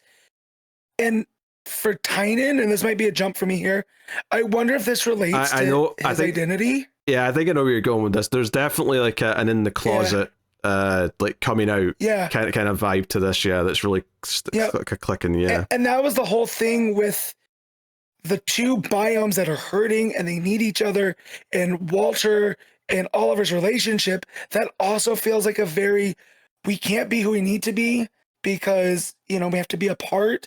And again, knowing about Tynion, and his journey through that, I wonder how much of that is just that, right? And now he's finally, Walter is free to be who he wants to be, and he has this acceptance, whereas Max doesn't, right? Where Max like, well, you don't know anything either, and storms off, right? Because it's almost like Max is also in denial of certain things, you know?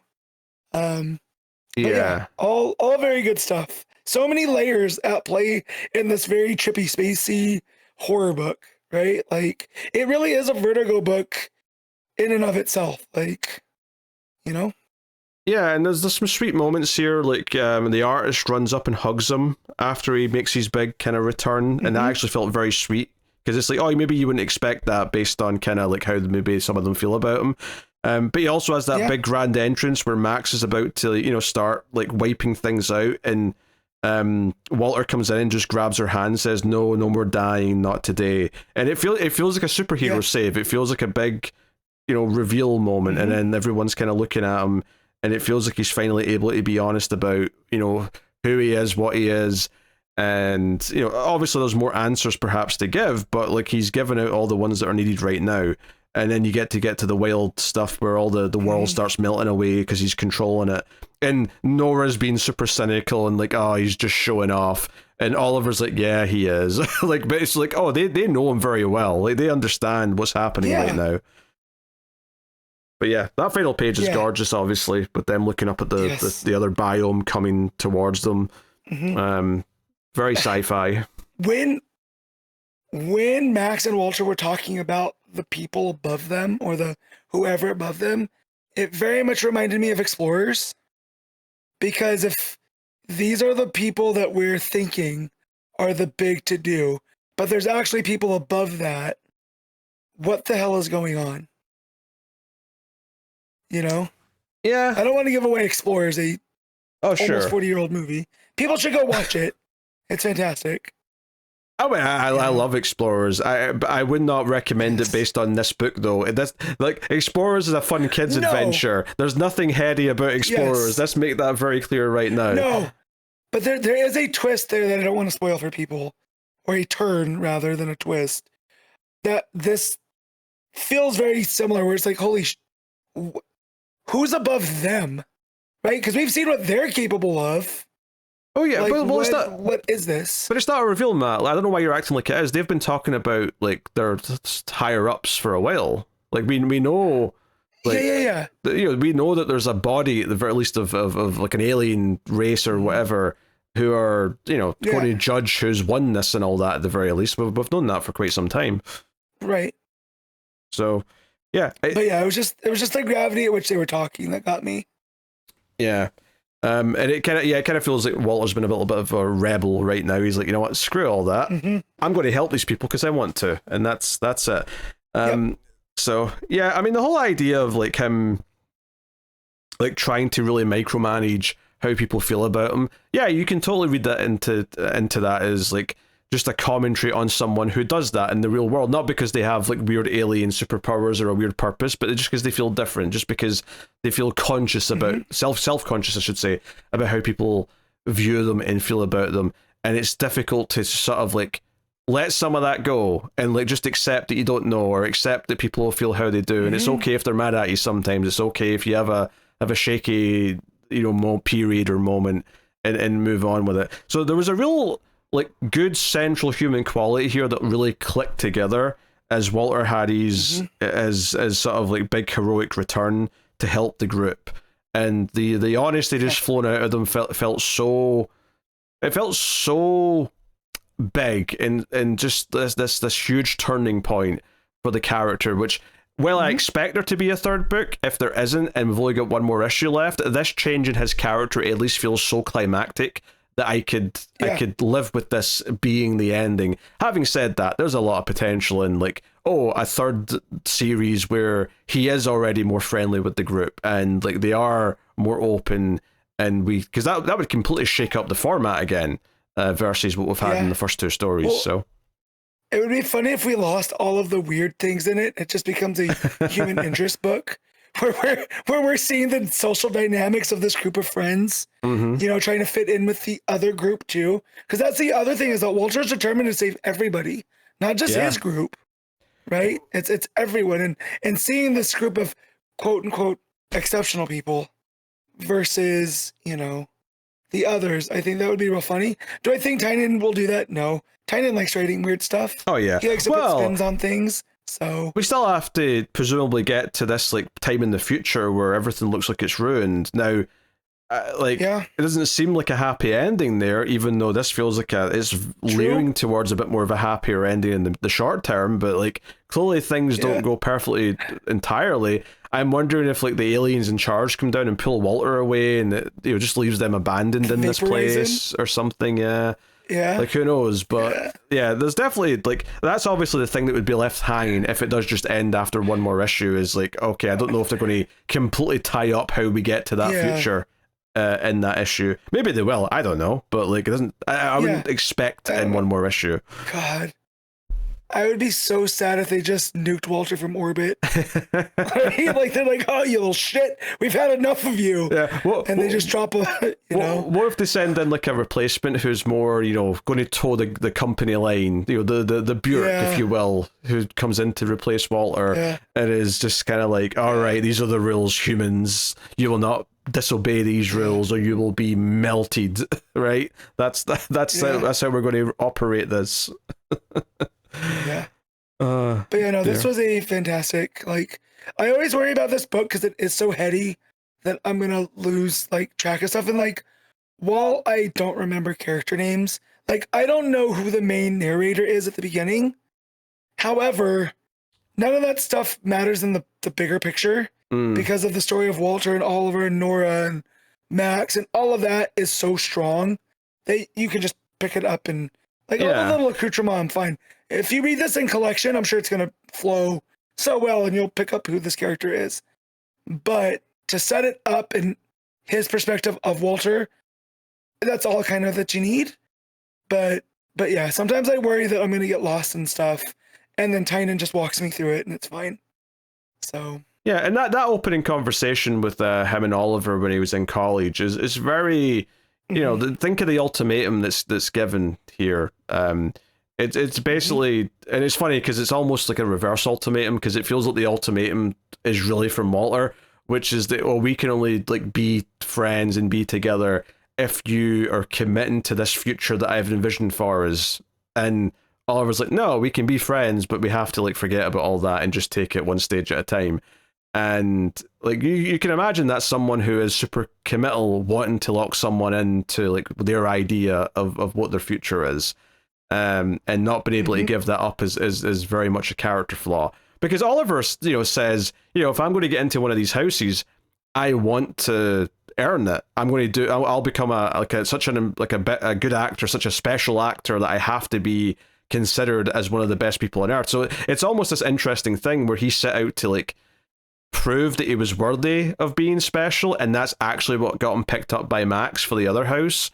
And for a second, I thought, he's going to get his memory erased and not know about the houses. But, and like a nice little twist for me, Walter doesn't erase his memory. He refuses to do it. So Oliver knew the whole time that this was eventually coming, in theory, and effectively earned his place in the other house by just going and being exceptional and enjoying the fact that he could make people cry as an actor on stage and stuff like that. So, which is interesting, because when you think about it, acting and getting a response or feeling something because you're causing an emotional reaction in the audience is not that like a million miles away of like Walter like befriending a bunch of humans and getting and feeling things because he's getting different reactions out of those humans, right? There is kind of like a parallel there. I'm not saying they're equal in terms of like severity or like that makes what Walter's done okay, but there's definitely some parallels there to consider. So, that was excellent, and obviously the art from Bueno's fantastic. Yeah, like I said, those pages were the two basic red maps on the plain black. He was definitely taking a day off when he was doing those like 4 pages. But other than that, excellent art. Yes, So, I agree. All right, what are you giving Nice House by the Sea, issue 11? The straight 9. Oh, I gotta go 9.5. The emotional payoff, like Walter's like big grand return and like him like completing his arc by finally like having a conversation with Oliver and what that leads to him saying to the rest of the group, and now that he's got this motivation just to help them because he cares about them, feels so fulfilling after all these issues that it's like it's borderline just a perfect issue. So yeah, 9.5 out of 10 for me on this one. So excellent. All right, that'll take us out to the final part of the show, everyone, where we pick our favorite stuff of the week, favorite panel / moment, favorite cover, favorite art, and of course, top 5 books. I had to hold that word for a second because I realized I was turned away from the mic. I need to draw that out. So I'm back at the mic for the final sentence. Yep. So yeah, we'll start off with panel / moment, Matt. What you got? All right, so I got a couple. Episode Batman, the whole flashback sequence of him beating matches, and then ending with him looking in the mirror. That's real high. The stuff in Clayface where, like you said, it's a horror image of Basil in the trailer melting the woman or whatever he was doing. That's a pretty cool moment. And I'm sure there'll be other ones that you mentioned, but I'm gonna really go all in on Inferior Firestorm when him and Firehawk meet and she, breaks through to him and there's that confetti of thought behind him and just is this big 2-page spread on stark white. But that moment is so big for the crux of the book, right? It's like, oh, that's the humanity at play here. And it's real good. So that's mine. Yep. Oh geez. Yeah, I mean those are good choices for sure. I could there's probably several moments in dynamic duos that could be put forth. Batman's kind of appearance in that opening scene where it looks like Barbatos has shown up, but it's actually just him. That's good stuff. Fear of Firestorm's got several that you could pick for sure. I love the ending to Clayface because I realized how much I cared about a side character, because putting her in danger actually got a reaction out of me. So that's great. I think it has to be House by the Sea, though. It has to be kind of Walter's just honesty with the others and just how big and refreshing that felt. I don't want to say too much else just in case people haven't read it, because I feel like out of all the books we talked about, the one that people may not be reading right now and come back to later is Nice House by the Sea. So I'll be vague here. Obviously, when we're talking about it, full spoilers, but if you use the timestamps to skip over, I'll be gentle here. But for those who read the book or listened to us talking about it, you'll know exactly what I'm talking about. So, yeah, I'll go with that. For cover of the week, there was a healthy amount. Obviously, the main cover for Nice House is always good, for sure. Clayface, main cover's solid. The variant by Mike Del Mundo, which is like Clayface as like almost like a building with the radio tower at the top. And he's no, it's Mount Lee in Hollywood. It's where the Hollywood sign is. You're right. He's teeth out of the Hollywood sign. You're right. Yeah. I just saw the radio tower and thought, that's at the top of the top of his head because he's a building. Yeah. You're so right. It's still great though. If anything, I just made it better. No. Yeah. No, it's great. It's great. Yeah. There's a bunch of covers this week, variants by Mark Spears, which are generally pretty good. There's one on Supergirl, where she looks great. There's one on Barbara Gordon Breakout. My favorite of the bunch might actually be the Zod one though for Action Comics, just because he looks super menacing and much more to the tone that I want Zod to look at, like than the smiling goofy character. It looks like a Zod propaganda poster. It kind of does actually, yeah. I can see that. There's a one Faria cover for Absolute Batman, which is kind of nice in a very subtle kind of way, where it's just sort of black on black with a little bit of rim lighting, sort of showing you Batman standing there with the big bat wings. That's really cool. There's another Barbara Gordon Breakout by Dave Johnson, which has got this old sort of Paul Page's black, red, and white cover with all the arrows kind of north by northwest. looking. Yep. I was Which gonna say it looks like an old Saul Bass Yep. credit sequence. Yep. I may have to pick Fury of Firestorm's main cover though for my pick, just because it's gorgeous. Of course, it's got that split down the middle where one side's the Silver Age art, the other side's the modern art, and it just looks really nice. But honestly, there was a lot of choices this week to pick from. Yes. What was your pick? All right. So some of the ones that you didn't mention, there is a Joe Quinones variant on Supergirl that essentially has her dressed up like Clark and, coming out of the Daily Planet, which I think is fun since Superman's been gone, right? So that's cool. There's two Hayden Sherman variants, one for Batman and Robin dynamic duos. That's really good because they're almost in shadow above these like henchmen that are all like in this like green shadowy with a red sky above them. It's like some really solid stuff. And the other Hayden Sherman is the Clayface variant. It looks like an old like movie cover, and it says "Lost in the Edit," a Clayface celebrity story. And it's got Clayface with like the fedora on and the trench coat pulled up, covering his face. And you mentioned the Fury Firestorm, and the Nice House has a variant by Sam Wolf that has, I think it's Walter looking out, maybe it's Max at the Nice House on the Sea, but it also looks like that Fear and Loathing in Las Vegas cover, it was a cover of the DVD I would see all the time. It's got the head swirly kind of vibe going, which is cool. But my pick is that Barbara Gordon one that looks like Saul Bass. It's super good. Yeah. So, yeah. Yeah, no, that's a great one. I think between us, we mentioned at least a dozen covers there, so clearly it was a good week for covers. Yep. So that's cool. All right, what about art of the week, Matt? And this is a tough choice this week because you've got Dragotta and Absolute Batman, you've got Montos and Action Comics, Nahuelpan's no slouch on Barbara Gordon, Samnee on Dynamic Duos, Latorre on Firestorm, and Bueno on Nice House. And in fact, even Fran Galán on Clayface. Yeah, so, yeah, good luck. Fran Galán. This one's tough, because during the week, I try to keep this in mind, and as I would read, I was like, oh, that might get it. Oh, that might get it. And I think through our discussion, because of the difference in styles of the same artist, I think I have to give it to De La Torre for Firestorm, just because he's doing two equally great styles. I get it. Versus Samnee, Samnee's doing Samnee across the board, and it looks great. De La Torre is switching it up, and it fits the story and the tone. I gotta give it to him. Yeah, I mean, I think for me it's between three, and it's crazy saying that because the ones that I'm excluding there are all very good. Like, Clayface could win on a regular week for sure.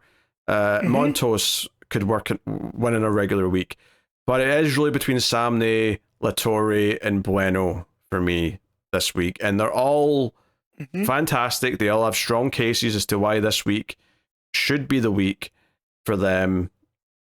But I think I'm probably saying Latorre as well for Firestorm. I think I'm just edging out to him slightly over Bueno, who's edging out slightly over Samnee. But it's like it's an embarrassment of riches for art this week. Tough to say. It makes us sound spoiled. Yeah. Or like Samnee wasn't good enough this week. It's like, well, wait, hold up, pump the brakes. That's not what we said. No, that's not what we said at all. It's just there was a lot of stiff competition. Yep.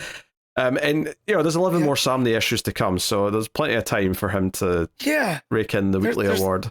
There's only 4 more De La Torre Firestorms as far as we know. Yep. So let's enjoy them when we get them. So yeah, all right. Top 5s then. On you go. Yep. Number 1, Firestorm. Number 2, Batman and Robin dynamic duos. Number 3, Nice House by the Sea. Number 4, Clayface, Celebrity Dirt. Number 5, Absolute Batman, which might be the lowest I've ever had Absolute Batman.